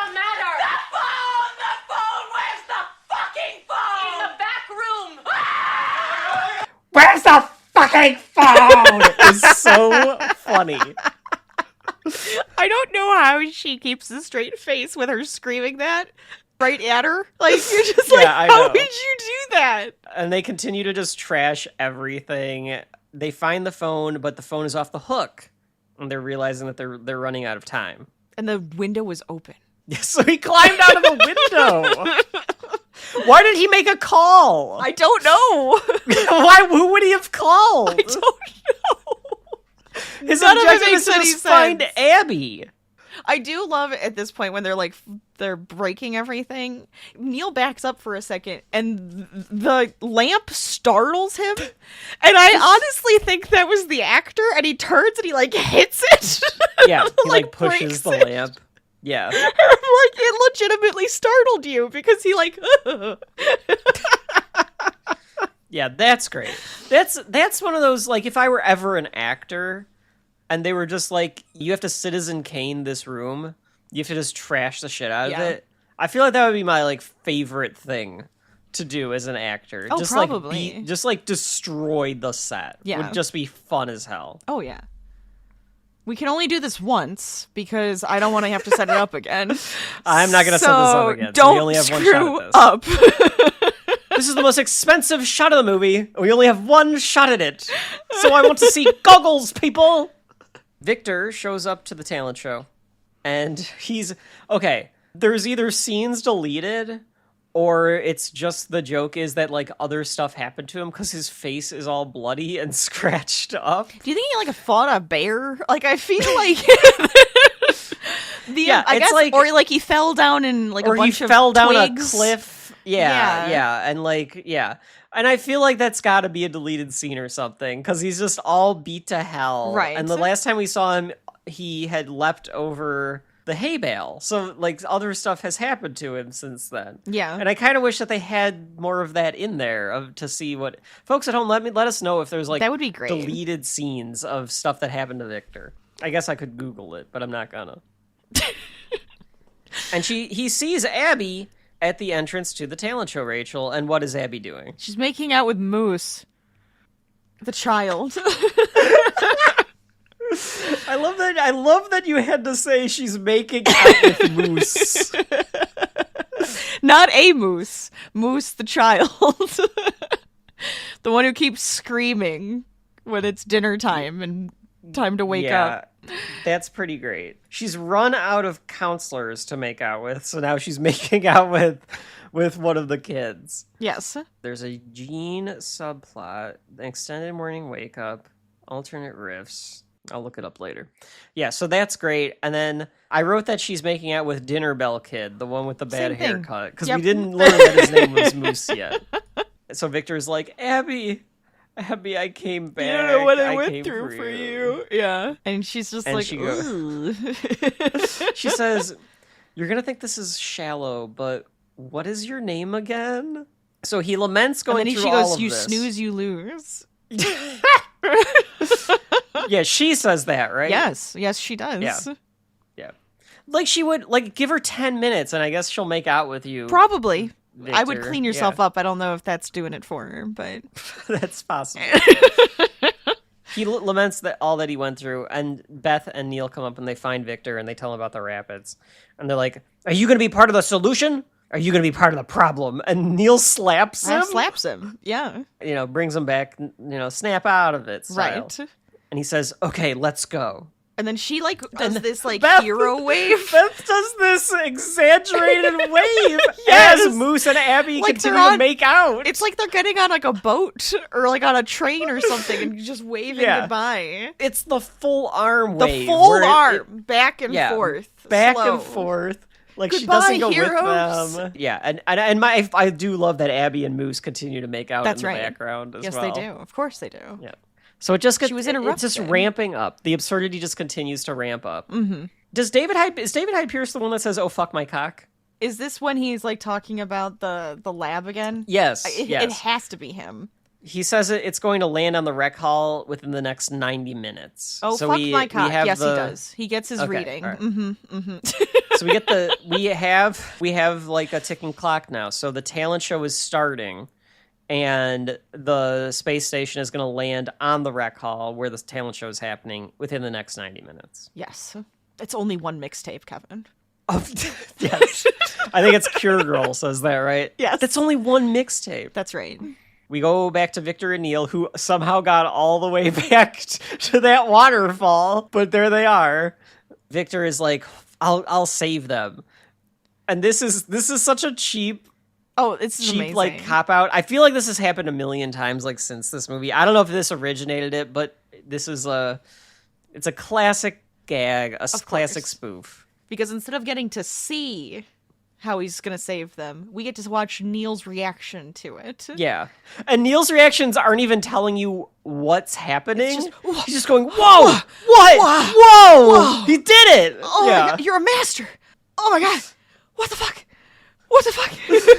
So it's like even better because they didn't try to come up with a creative way for him to describe what is happening. Right. It's just they like, just have him going, whoa, and it's mind blowing. the camera's not even moving. It's like they put it on a tripod, just left it there for him to like emote in front of. It's just focused on Neil. So it cuts back, and all the kids are getting out of the water, and Neil and Victor is celebrate. Completely like fine now. Like he's clean. He's clean. He's not hurt Yes. anymore. He's back to normal. He's okay. He had the scratches and everything on him when he went into That's the right. river, and now he doesn't. And that's because Magical Rachel, waters. again, he found himself. That's right. He's learned something about himself. that he can be a hero even though he's a virgin. That's right. Yes. Yes, correct. So him and Neil are celebrating, and he says, the next time we go camping, you drive the van. And then it's like this sitcom ending where they just keep laughing, and you think that there's going to be a freeze frame, but it never comes, so they just keep laughing walking. uproariously. Right. You can also see their breath, because it must have been freezing cold the night that they were shooting it. Yeah, probably. Another reason for them not to have to go into the water. Yes. That's the end of that subplot. I really like that subplot. I do wish that there was like one more scene of Neil or Victor hijinks of him fighting a bear like Rachel said, or falling off the cliff like Homer Simpson, like something rolling down the hill, that kind of thing. Yes, because I really enjoy him crashing into the tree, and then the jumping over a hay bale. The hay bale is great. The indoor kids are all laying down in a circle, all with their heads, very Thunderbolts-esque, Rachel. Those like posters of Thunderbolts, yeah. Mm-hmm. Thinking what could they do to save the camp? One of them says maybe we should just let them die. I love that. Fair enough. Henry like, you could just evacuate that building. Like, why are you gonna let them all? Well, I think that's what the camp director is doing. Right. She's supposed to be evacuating them. Yes. Mm-hmm. Henry calculates it and says, "Wait," and he does this thing. Like he's like a he like maths it out, and he goes, "No, it's not possible." Rachel, this is a very stupid anecdote, but I'm going to tell it anyway. Oh boy, I love it. Go on. So when I was in junior high, oh my God, this is a long time ago. Yeah, yes, I am very old. I'm so decrepit. When I was in junior high, fucking Jesus Christ was my principal. I went to junior high in the Stone Age. Fuck you. It worked though. Anyways, tell us your junior high story. When I was in junior high, I was a mathlete. Yes, I was on the math team. Mm-hmm. So this might be more appropriate for something like Mean Girls, but I'm going to tell it now. It reminds me of Henry doing the thing in the air. Mm-hmm. Our school, our junior high, was like the longest reigning mathletes champions or whatever until the class that I was a part of. We lost. Wow. And yes, and the principal and everyone was very disappointed at us. I just remember that we lost because the other school that was like in the championship had a kid that was very smart. I'm sure. They had an asshole then. I'm sorry, go on. Yes. No, he wasn't like the kid. He wasn't like the kid in the wheelchair from Simmons. He wasn't like Simmons from Community. As far as you know. As far as I know, yeah. But whenever there was a question and you had to like buzz in, he would calculate it either in the air or he would tap his forehead like he was tapping a calculator, and then he would like buzz in. And we were like, this is so stupid. Why are we even bothering to try? Because he was a human calculator. He's a human this guy. computer, right. Mm-hmm. Seeing Henry do the wait and then like touching the air reminded me of that. So I had to tell that stupid anecdote from my mathletes. Oh my gosh.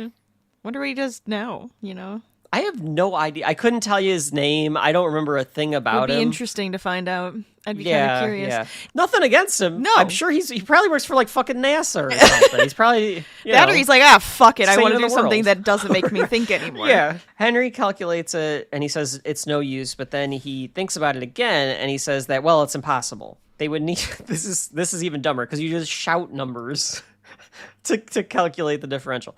They could find I don't understand this. I mean, 'cause, of honestly, course, it they doesn't don't make sense. even need like a supercomputer for this. They just need a normal computer to do this. They Well, just it's need 1981. I guess that's though. also true, but it's so simple to make a random number generator.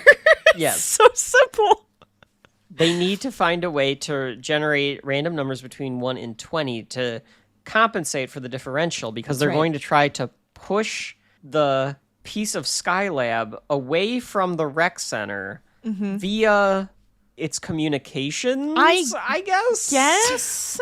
It doesn't make any sense. But they're like, It's we don't very have a way to odd. do random numbers between 1 and 20 because that would take some sort of supercomputer. These kids remind me of the Super Friends from the Comet episode of The Simpsons. That's kind of what they all are. There you go. There it is. That's exactly what We this are is. the Super Friends. Shut up. But luckily, we have a dungeon master, and he Yeah, has Cape with Kid. him a A D20. 20-sided die. So they're going to roll the die to compensate for the differential. Beth is going to evacuate the talent show as everyone's sitting down, but they stop her before she does because they tell her, like, we have a plan. Yeah, they like tackle her, and then she's just like, ha ha ha. It was a joke. Everything was a joke. It's a good one, Beth. It's like, yeah, it's a good one, Beth. Yep. Amy Poehler and Bradley Cooper introduce the host of the talent show, Rachel, which is this Catskill comedian. It's which Cooper. Is just... It's Coop dressed as this comedian.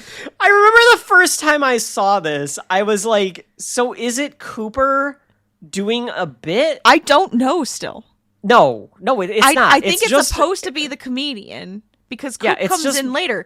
But like, right. what? It's just Michael. It's just Is Michael. that also the Schur. joke because it's both characters? Yes. Okay. Yes.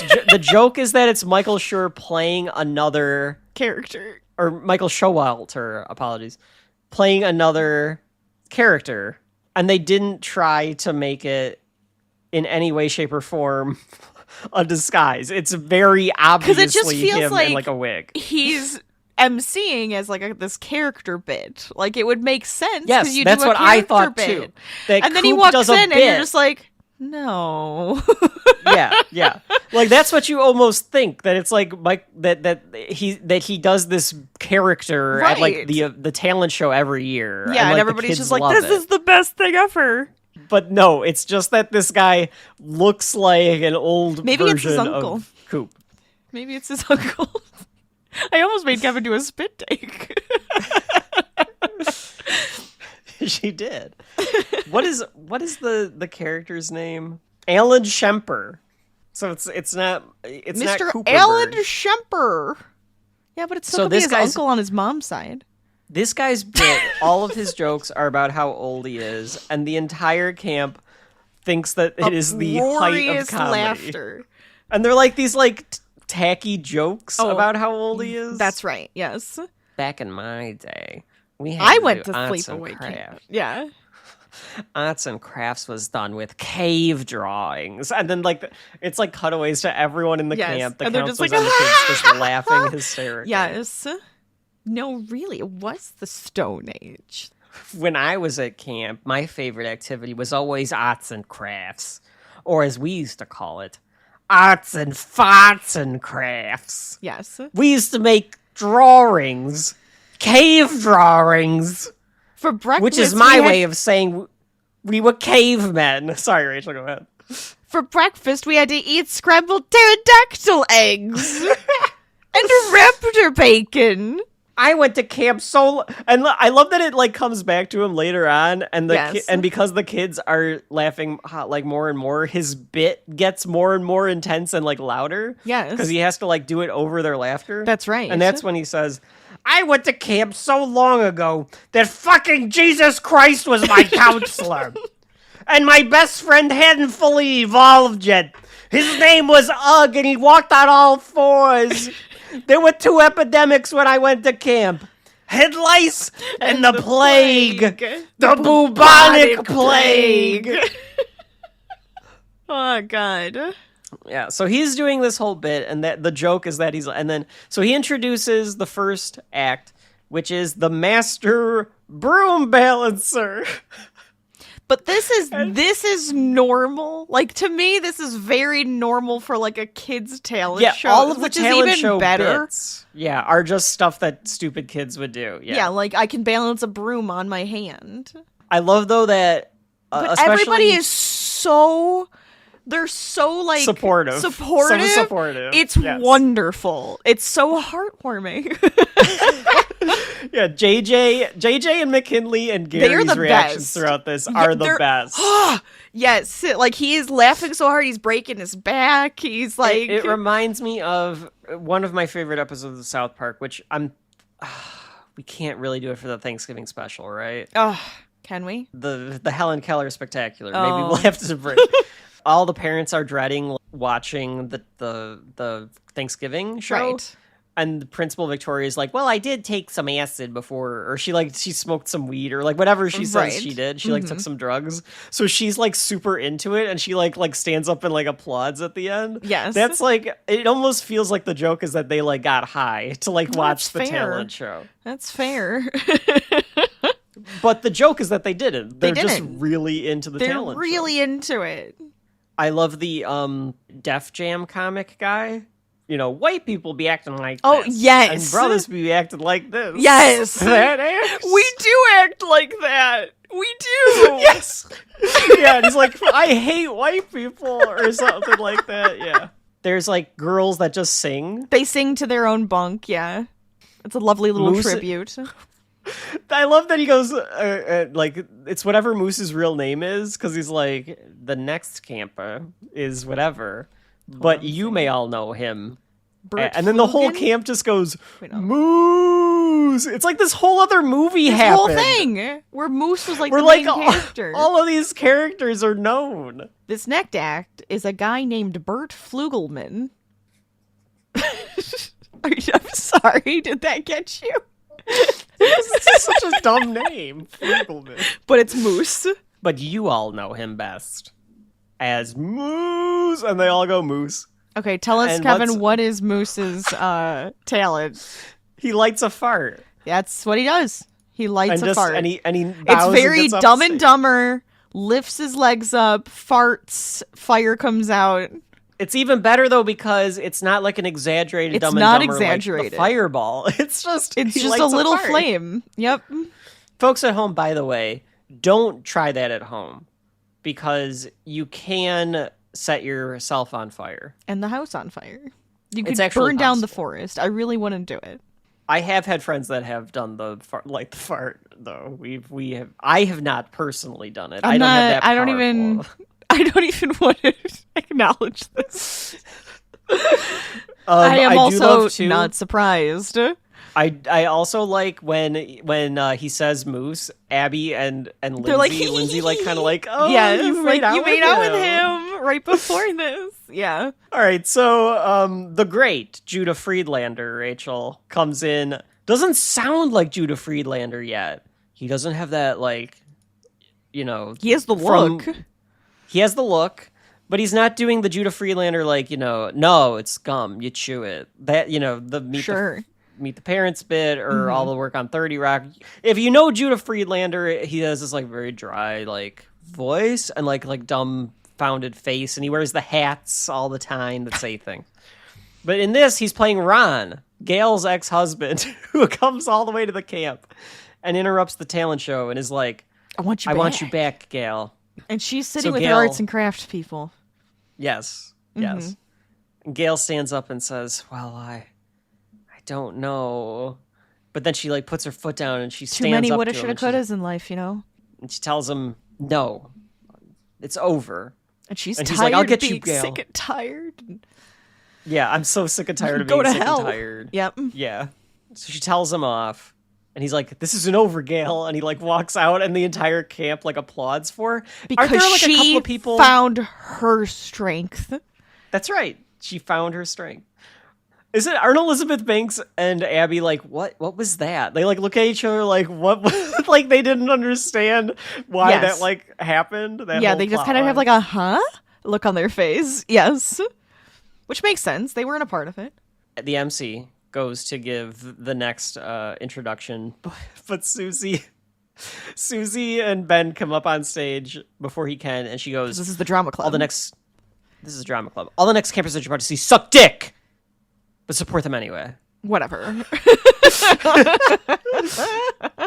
And this is her group, so it's like, why would you say that? She's so mad that they suck. I know, but at the same time, it would be like, if anybody like laughs or does anything, I'm gonna kick your ass. Yeah. You I- think that- that would be the joke. Right? But the joke is that she's furious at That's how right. bad that they are. Yeah. Yes. They sing day by But their day. work paid off day by day.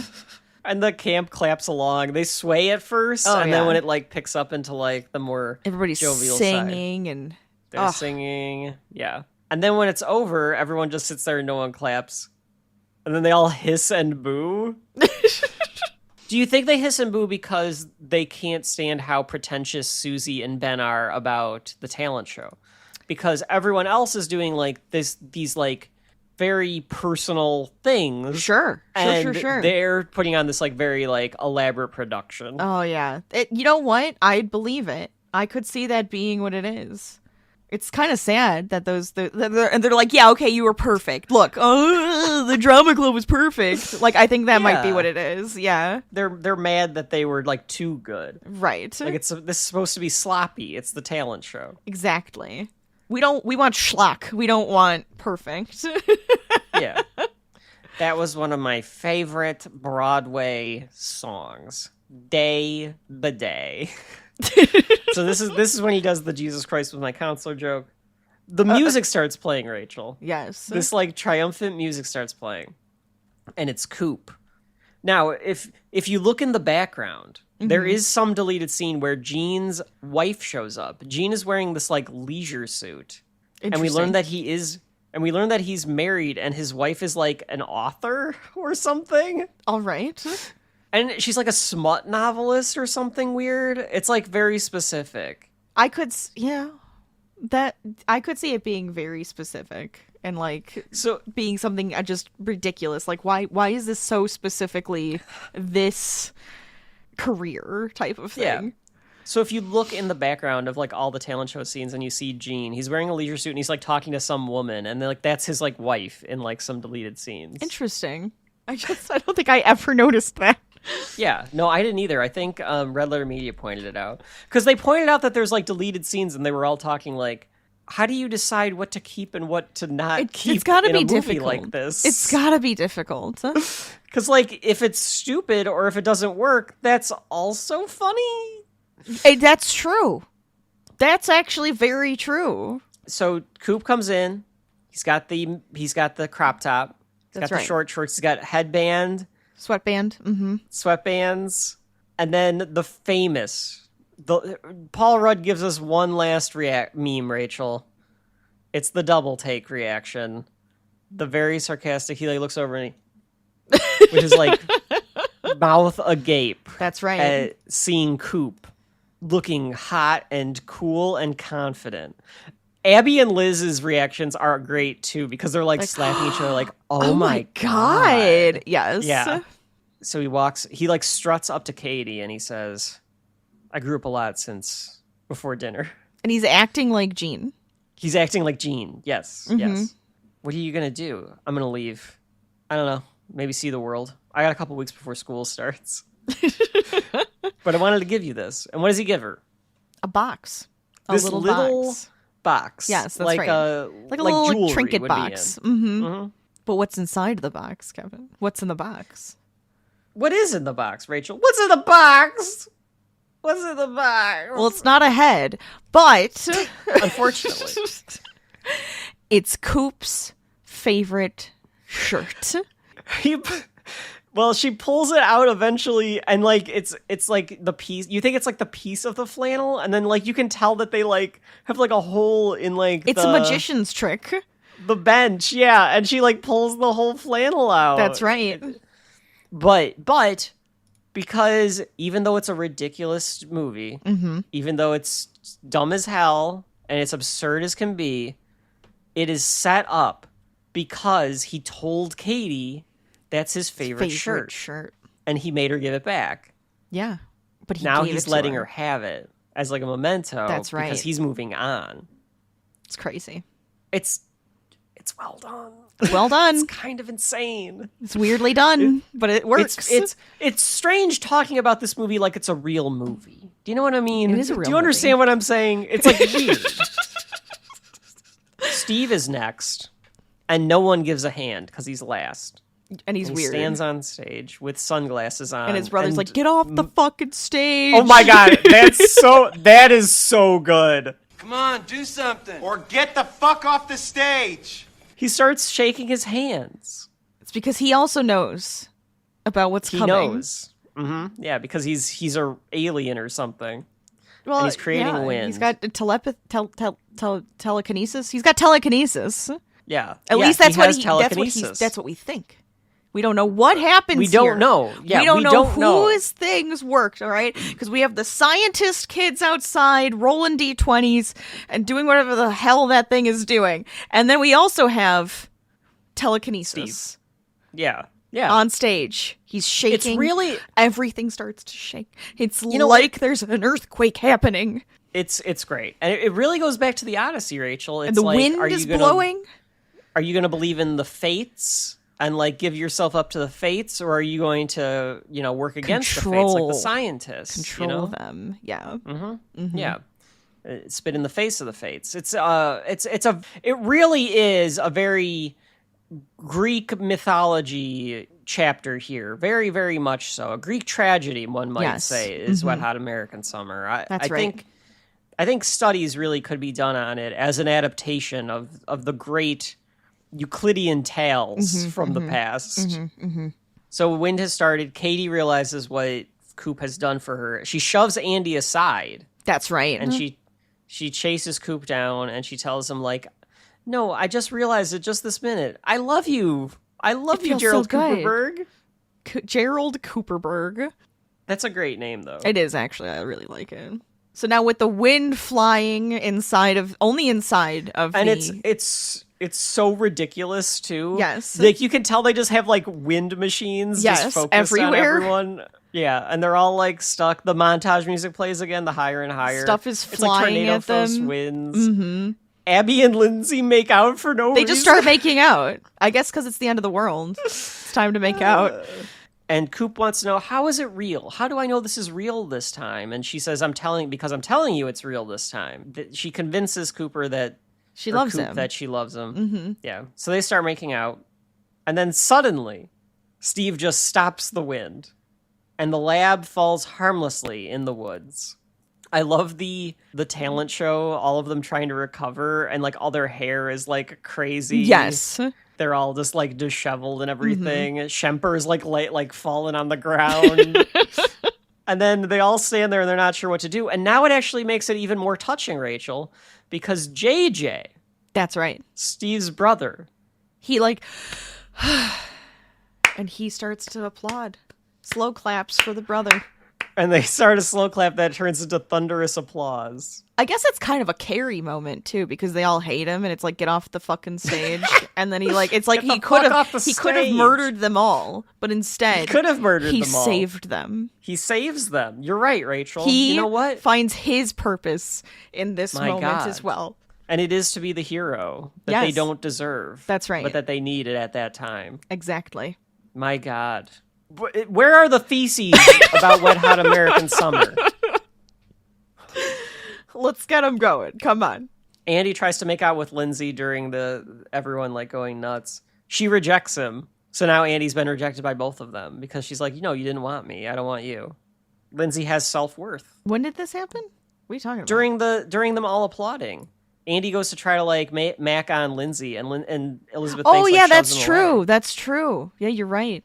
That's right. Mm-hmm. She finds her self-worth. She gains something as well. It's beautiful.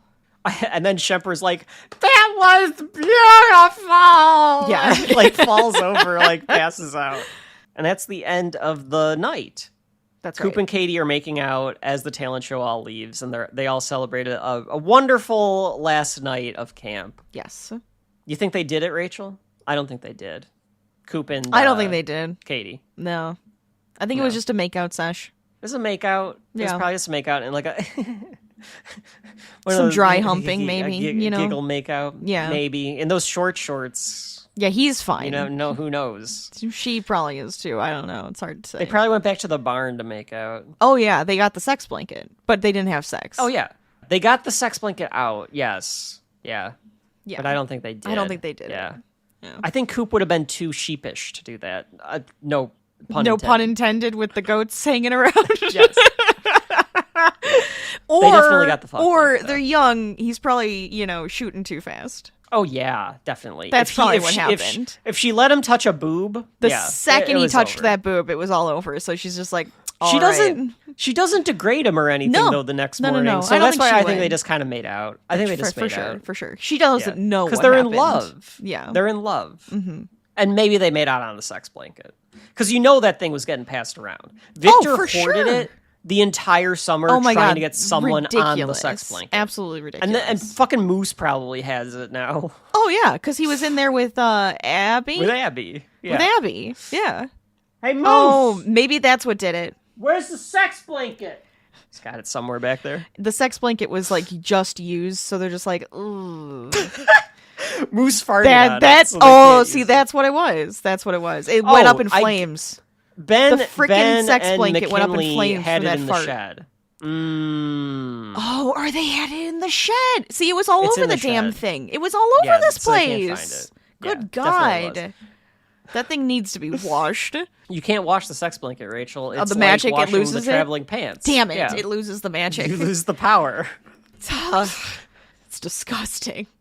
Someone go beat it with a Henry- stick at least. Do you enjoy? So there at the next morning. What did you say? What was that I last said one? just beat it with, beat it with a stick stick? at least. All right, I like that. I like that conclusion. At least beat it with a stick. It's very crusty. This blanket. I had to. We're watching Wet Hot American Summer. All the kids are crying and they're saying goodbye to each other, etc. It's the next morning. The parents are there to pick them up and stuff. Yes. Did you enjoy how Henry flails toward Beth, Rachel? The way that David Hyde Pierce runs, it's like he's a marionette puppet.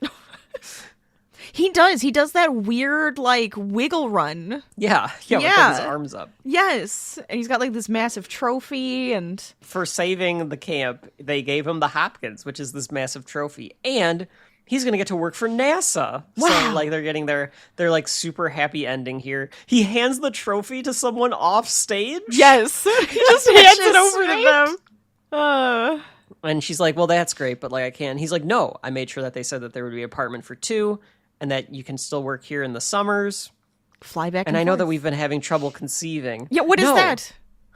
I'm sorry, go on. It's been one day. So she says that she's pregnant, She's even though they've pregnant! known each other for one day and that they were having trouble conceiving. Yeah, so Yes. it's just this ridiculous, it's like supposed to be this like super happy ending for the two of them. Gail leaves to marry the child. Yep, that's apparently happening. Shrimp cocktail at the wedding.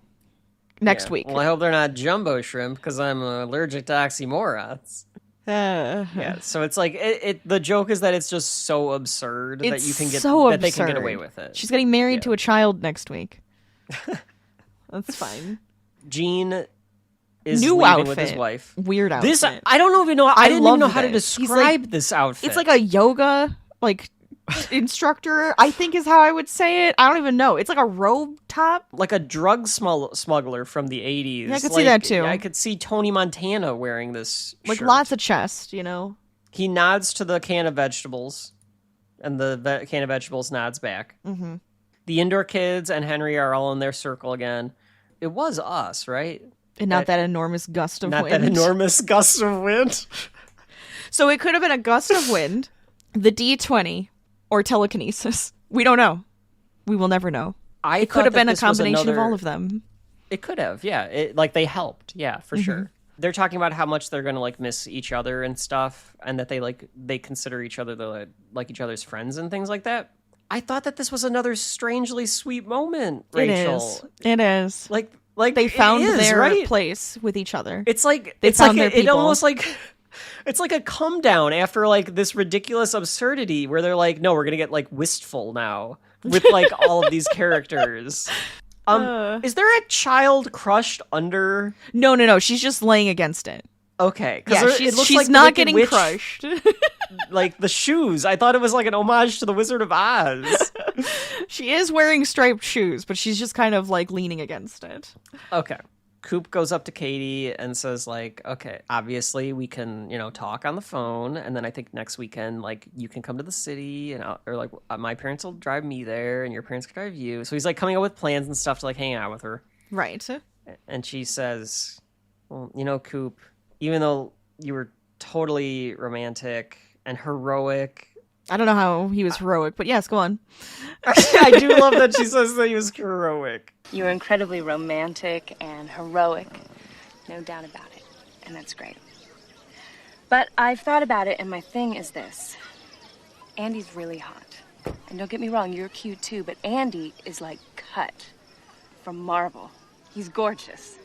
He's like this beautiful face and this incredible body, and I genuinely don't care that he's kind of lame. I don't even care that he cheats on me. And I like you more than I like Andy, Coop, but I'm 16. And maybe it'll be a different story like when I'm ready to get married, but right now, I am entirely about sex. I just want Andy. Yeah. I want to take him and grab him and just fuck his brains out, So that's where my priorities are right now. Sex, specifically with Andy and not with you. And when she tells him that, he like nods his head like, okay, I understand. Yes. But you're really nice. Everybody thinks so. And I'm sorry if this isn't the direction you saw things going between us. I still totally want to be friends. And I love that Coop cannot muster a reaction. Not even a word, nothing. He's just he can't say anything. He's just like, yeah, okay, yeah. It's so sad. It is. But at the same time, she's being so honest. Empowering. Yes. She's being completely honest with herself and with him, where it's That's like, right. I don't want to lead you on. I do like you. Right. But I it's not what I just want want right to now. have sex with Andy. Yep. I have not watched the sequel 10 years later, and I kind of want to know if they like come back to this and she continues to lead him on maybe or something. Because like obviously it's Wet Hot American Summer. Get It's some more probably yo-yos not a going. happy ending. Right. Yeah. It's very sad and like very true to life. And folks at home, if you're out there, just remember like where people might be in those stages of life if you get attached to them. He just says sure. I think he's just like sure. Like about being friends because he's Yes. like I do not want right. that. Yeah. She gets in the car with Andy's family, which is also funny. Oh, you 'cause think it's Andy's like, family? I don't know why I didn't think it was his family. I thought it was like her dad with Andy in the back seat for some reason. Because why would Andy's family come pick him up? That's fair. Yeah, I don't That's know why fair. that's what I thought. But Why would right Andy be the one to be like, get in the car, Katie, like we're going? Because it's him. Yeah, I could see that. Okay. I don't know. Either way, I think it works. Or it's just some random man. I don't know. They drive off. Beth consoles Coop because like everyone else leaves and Yep. Coop's just kind of standing there. So Beth comes up and is like puts her arm around And they walk Coop's away. shoulder. And we get And like they walk away and there's this like crane shot that just kind of lifts Yeah. out and that's the end. That's the It's, end. this surprisingly kind of downer ending because Katie But doesn't want. It's a downer for him, right but now. it's an empowerment for her. It's empowerment for her, and it's a happy ending for everyone else except our lead character does not get what he wants. Well, he doesn't get Katie, but he learned to did become more confident because of Jean. Yeah. Mm-hmm. Yeah. You think he can take that away, Rachel? Can you take that away from him? After Katie rug pulled him, do you think that he can take that as a takeaway? I think he could. You know what? It was his reaction here because it was just like he accepted it, a complete acceptance of what happened in front of him. I suppose that's the way you can take it, right? Yeah, yeah. It's surprisingly touching in a way. It's like meaningful. I did not expect a meaningful ending. Okay, after all of that, you have this like wistful ending where like here's the reality. Right. Like he doesn't get the girl. All he can do is be himself. Right. You know what would have been an interesting thing, and I don't think this is the case, but it would have been an interesting touch if they had it so that her back pocket or something, you saw his flannel. Oh yeah, like she brought it with her. She took it with her. Yeah. Well, because she did. That could have been like him. a sign of hope or something. Sure. She says she likes him more than Andy. Right. But that's just not where she's at. No. Or it could have been even more of a downer ending if she's like, "Here's your flannel," and right? like gives it back. Oh yeah. to him. Right. Because you have to assume that she keeps it. I would assume that she she doesn't kept give it it. back It's to probably him. in her bag. Yeah. That's the end. There's this end credits is the corkboard from a camp. It's made of there's 2 songs that play during the end credits, Rachel, about Wet Hot American Summer. One is this like almost like folksier end credits style like 80s song, and then another one is this rap song about Wet Hot American Summer. I do like all of the end credits though, where it's like all of the different like pairs of people that we've got to see throughout the camp. They thank everyone. I love the one particular thank at the end about like thanks to Camp Tawanda, and then like thanks all the crew for like dealing with like the cold, oh yeah, wet rain. So that is the end of Wet Hot American Summer. But wait. 10 I never knew. Years I never later. knew that there was a stinger scene after the credits. Because after the credits, there's a stinger scene where it says 10 years later. They all look... It says Campfire Wood 1991. They look all older than it's 9:35. And JJ comes in.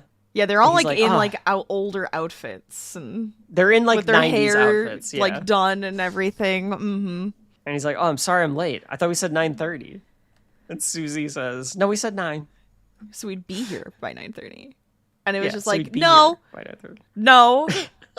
But it was making your beeswax to be there at 9:30. I'm just saying, he didn't make it as beeswax. He was 5 minutes late. He was 5 minutes late. To be fair. And that's where it ends. And that's the real ending. Yeah, that's the real ending of Wet Hot American Summer. Rachel! We have walked through the absurdist cult classic Wet Hot American Summer, which means that I will throw it over to you. Does Wet Hot American Summer have shelf life? I didn't know if you wanted to go first this time. Would you like me to throw it back to you to go first, or? I can. I don't mind. Because you don't do that very often. So sometimes I'm like, you know what, I'll just throw it back to you.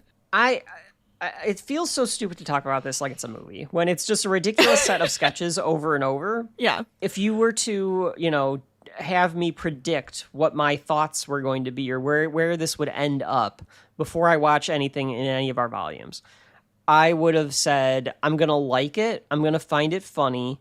And I'm going to say like, it's good or whatever. But I hadn't seen it in a long time, so I wouldn't have remembered. I was surprised at how funny it was, though.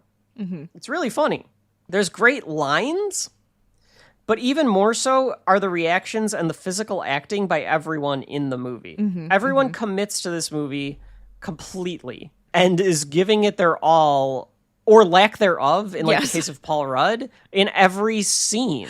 They just are just trying to do as dumb as possible, and for some reason it works. It totally deserves to be a cult classic because of that. The critics hated it, it bombed, and people are just like, why? Because it should have been discovered. It was discovered. Mm-hmm. It was discovered. There's a Hall of Fame cast. Not an all-star cast, not a great cast, a Hall of Fame class of acting in this movie. And they are willing to do anything to get the joke. almost to a fault sometimes. Like the way that they just like physically move their bodies and stuff. They're trying anything to get the fucking joke. I don't know if you could replicate this if you wanted to. It makes me curious to see what the prequel and the sequel are like, because it feels so we can only do this once. Like we did the joke, we only can do this scene once, you know, earlier for that scene. It's like you can only do this movie once. How the fuck can you possibly replicate this absurdistness of what you're about to do here? So surprisingly, this movie has shelf life. I wouldn't say I'm necessarily going to go out and buy it right away, like for full price, but if it goes on sale the next time, I might pick this up. I was almost thinking box, Rachel. Through the first half of the movie, I was like, okay, this is probably a box. This is something where like I want it to watch it once in a while. Right. Yeah, pull it out. As the third act goes on with that fucking talent show and the montage and just the utter stupidity of it, it actually does have shelf life, and maybe it's digital. I don't know, but I think the next time it goes on sale, I might have to pick it up on Blu-ray. I think you're gonna want it because you're gonna want to watch the fart cut. I need to watch the fart cut. if for anything, I need the fart cut. Preserve the fart cut. I truly thought I was going to say I liked it. I didn't love it. I don't know if I would say I'd love it. I'm not putting it on the top shelf or anything for like my comedies, but I really enjoyed it. I genuinely could rewatch this pretty easily. So for me, it is on the shelf. Over to you. I mean, I kind of just let you talk because I didn't have to say all of it then. I enjoyed this. Like, I probably enjoyed it more than I thought I was going to, especially when I forgot what it was. When we first came to this. Let it be known, Rachel thought this was like a Porky's-esque movie. I did. And then I was like, oh, wait, no, it's not. You like this movie. I was like, what are you talking about? I know you do. And then I saw a picture of it, and I went, oh, it's this movie. And I was just like, yeah. Completely just like, for some reason, didn't even think it was this. But it's very fun. It's very fun. It's very clever. It keeps you engaged, even though it's kind of dry and it's not like trying to hold your attention.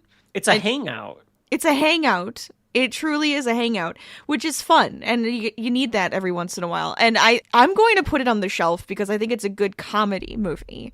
I think it's one that you can go back to and enjoy the silliness of it because it all pays off. They have jokes that are set up and paid off over and over again. And it's just absurd and ridiculous and enjoyable throughout.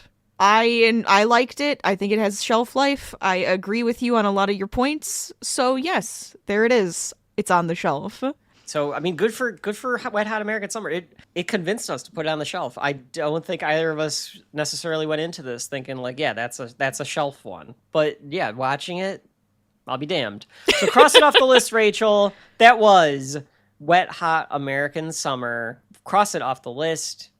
It is on the shelf. And that means that we are headed toward our last day. Oh, wow. Of my camp. Gosh, it is going to be the last day of camp.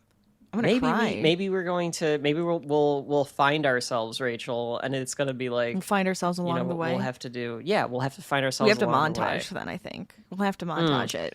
We do definitely have to do a montage, that's for sure. I am going to go train a little bit before lunch. I got to find some Twinkies. I'm really hungry. Okay, be careful with those. What Don't do you put mean? them in anything. But just eat them plain. But you got to kind of, make a fun concoction every once in a while, well, good luck with that. It's camp. In the meantime, I'm going to go hump a fridge and then I'm sorry? Get into a montage. What? What did you say? I said I'm going to go slump a bridge. I'm gonna take a walk. Oh, okay. That's yeah. Is that what you said? Okay. Yeah. I'm gonna go in the kitchen though first. So that's fair. Until next time, I've been Kevin. And I'm Rachel. And this has been Shelf Life from camp. Get the fuck off the stage. That line is so It's a good funny. one. Do something. Get the fuck, off the stage. Rachel, don't put the Twinkies on the pizza, please. No, I'm doing it. I'm putting the Twinkies on the pizza. We gotta try it. We have to try it. No. We have to.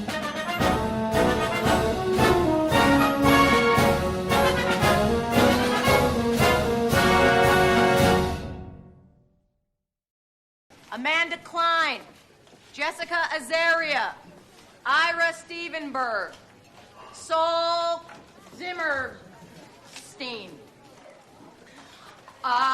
David Ben-Gurion, Rachel Clipper, Hofferman, Steven Schneck. Can I make a quick announcement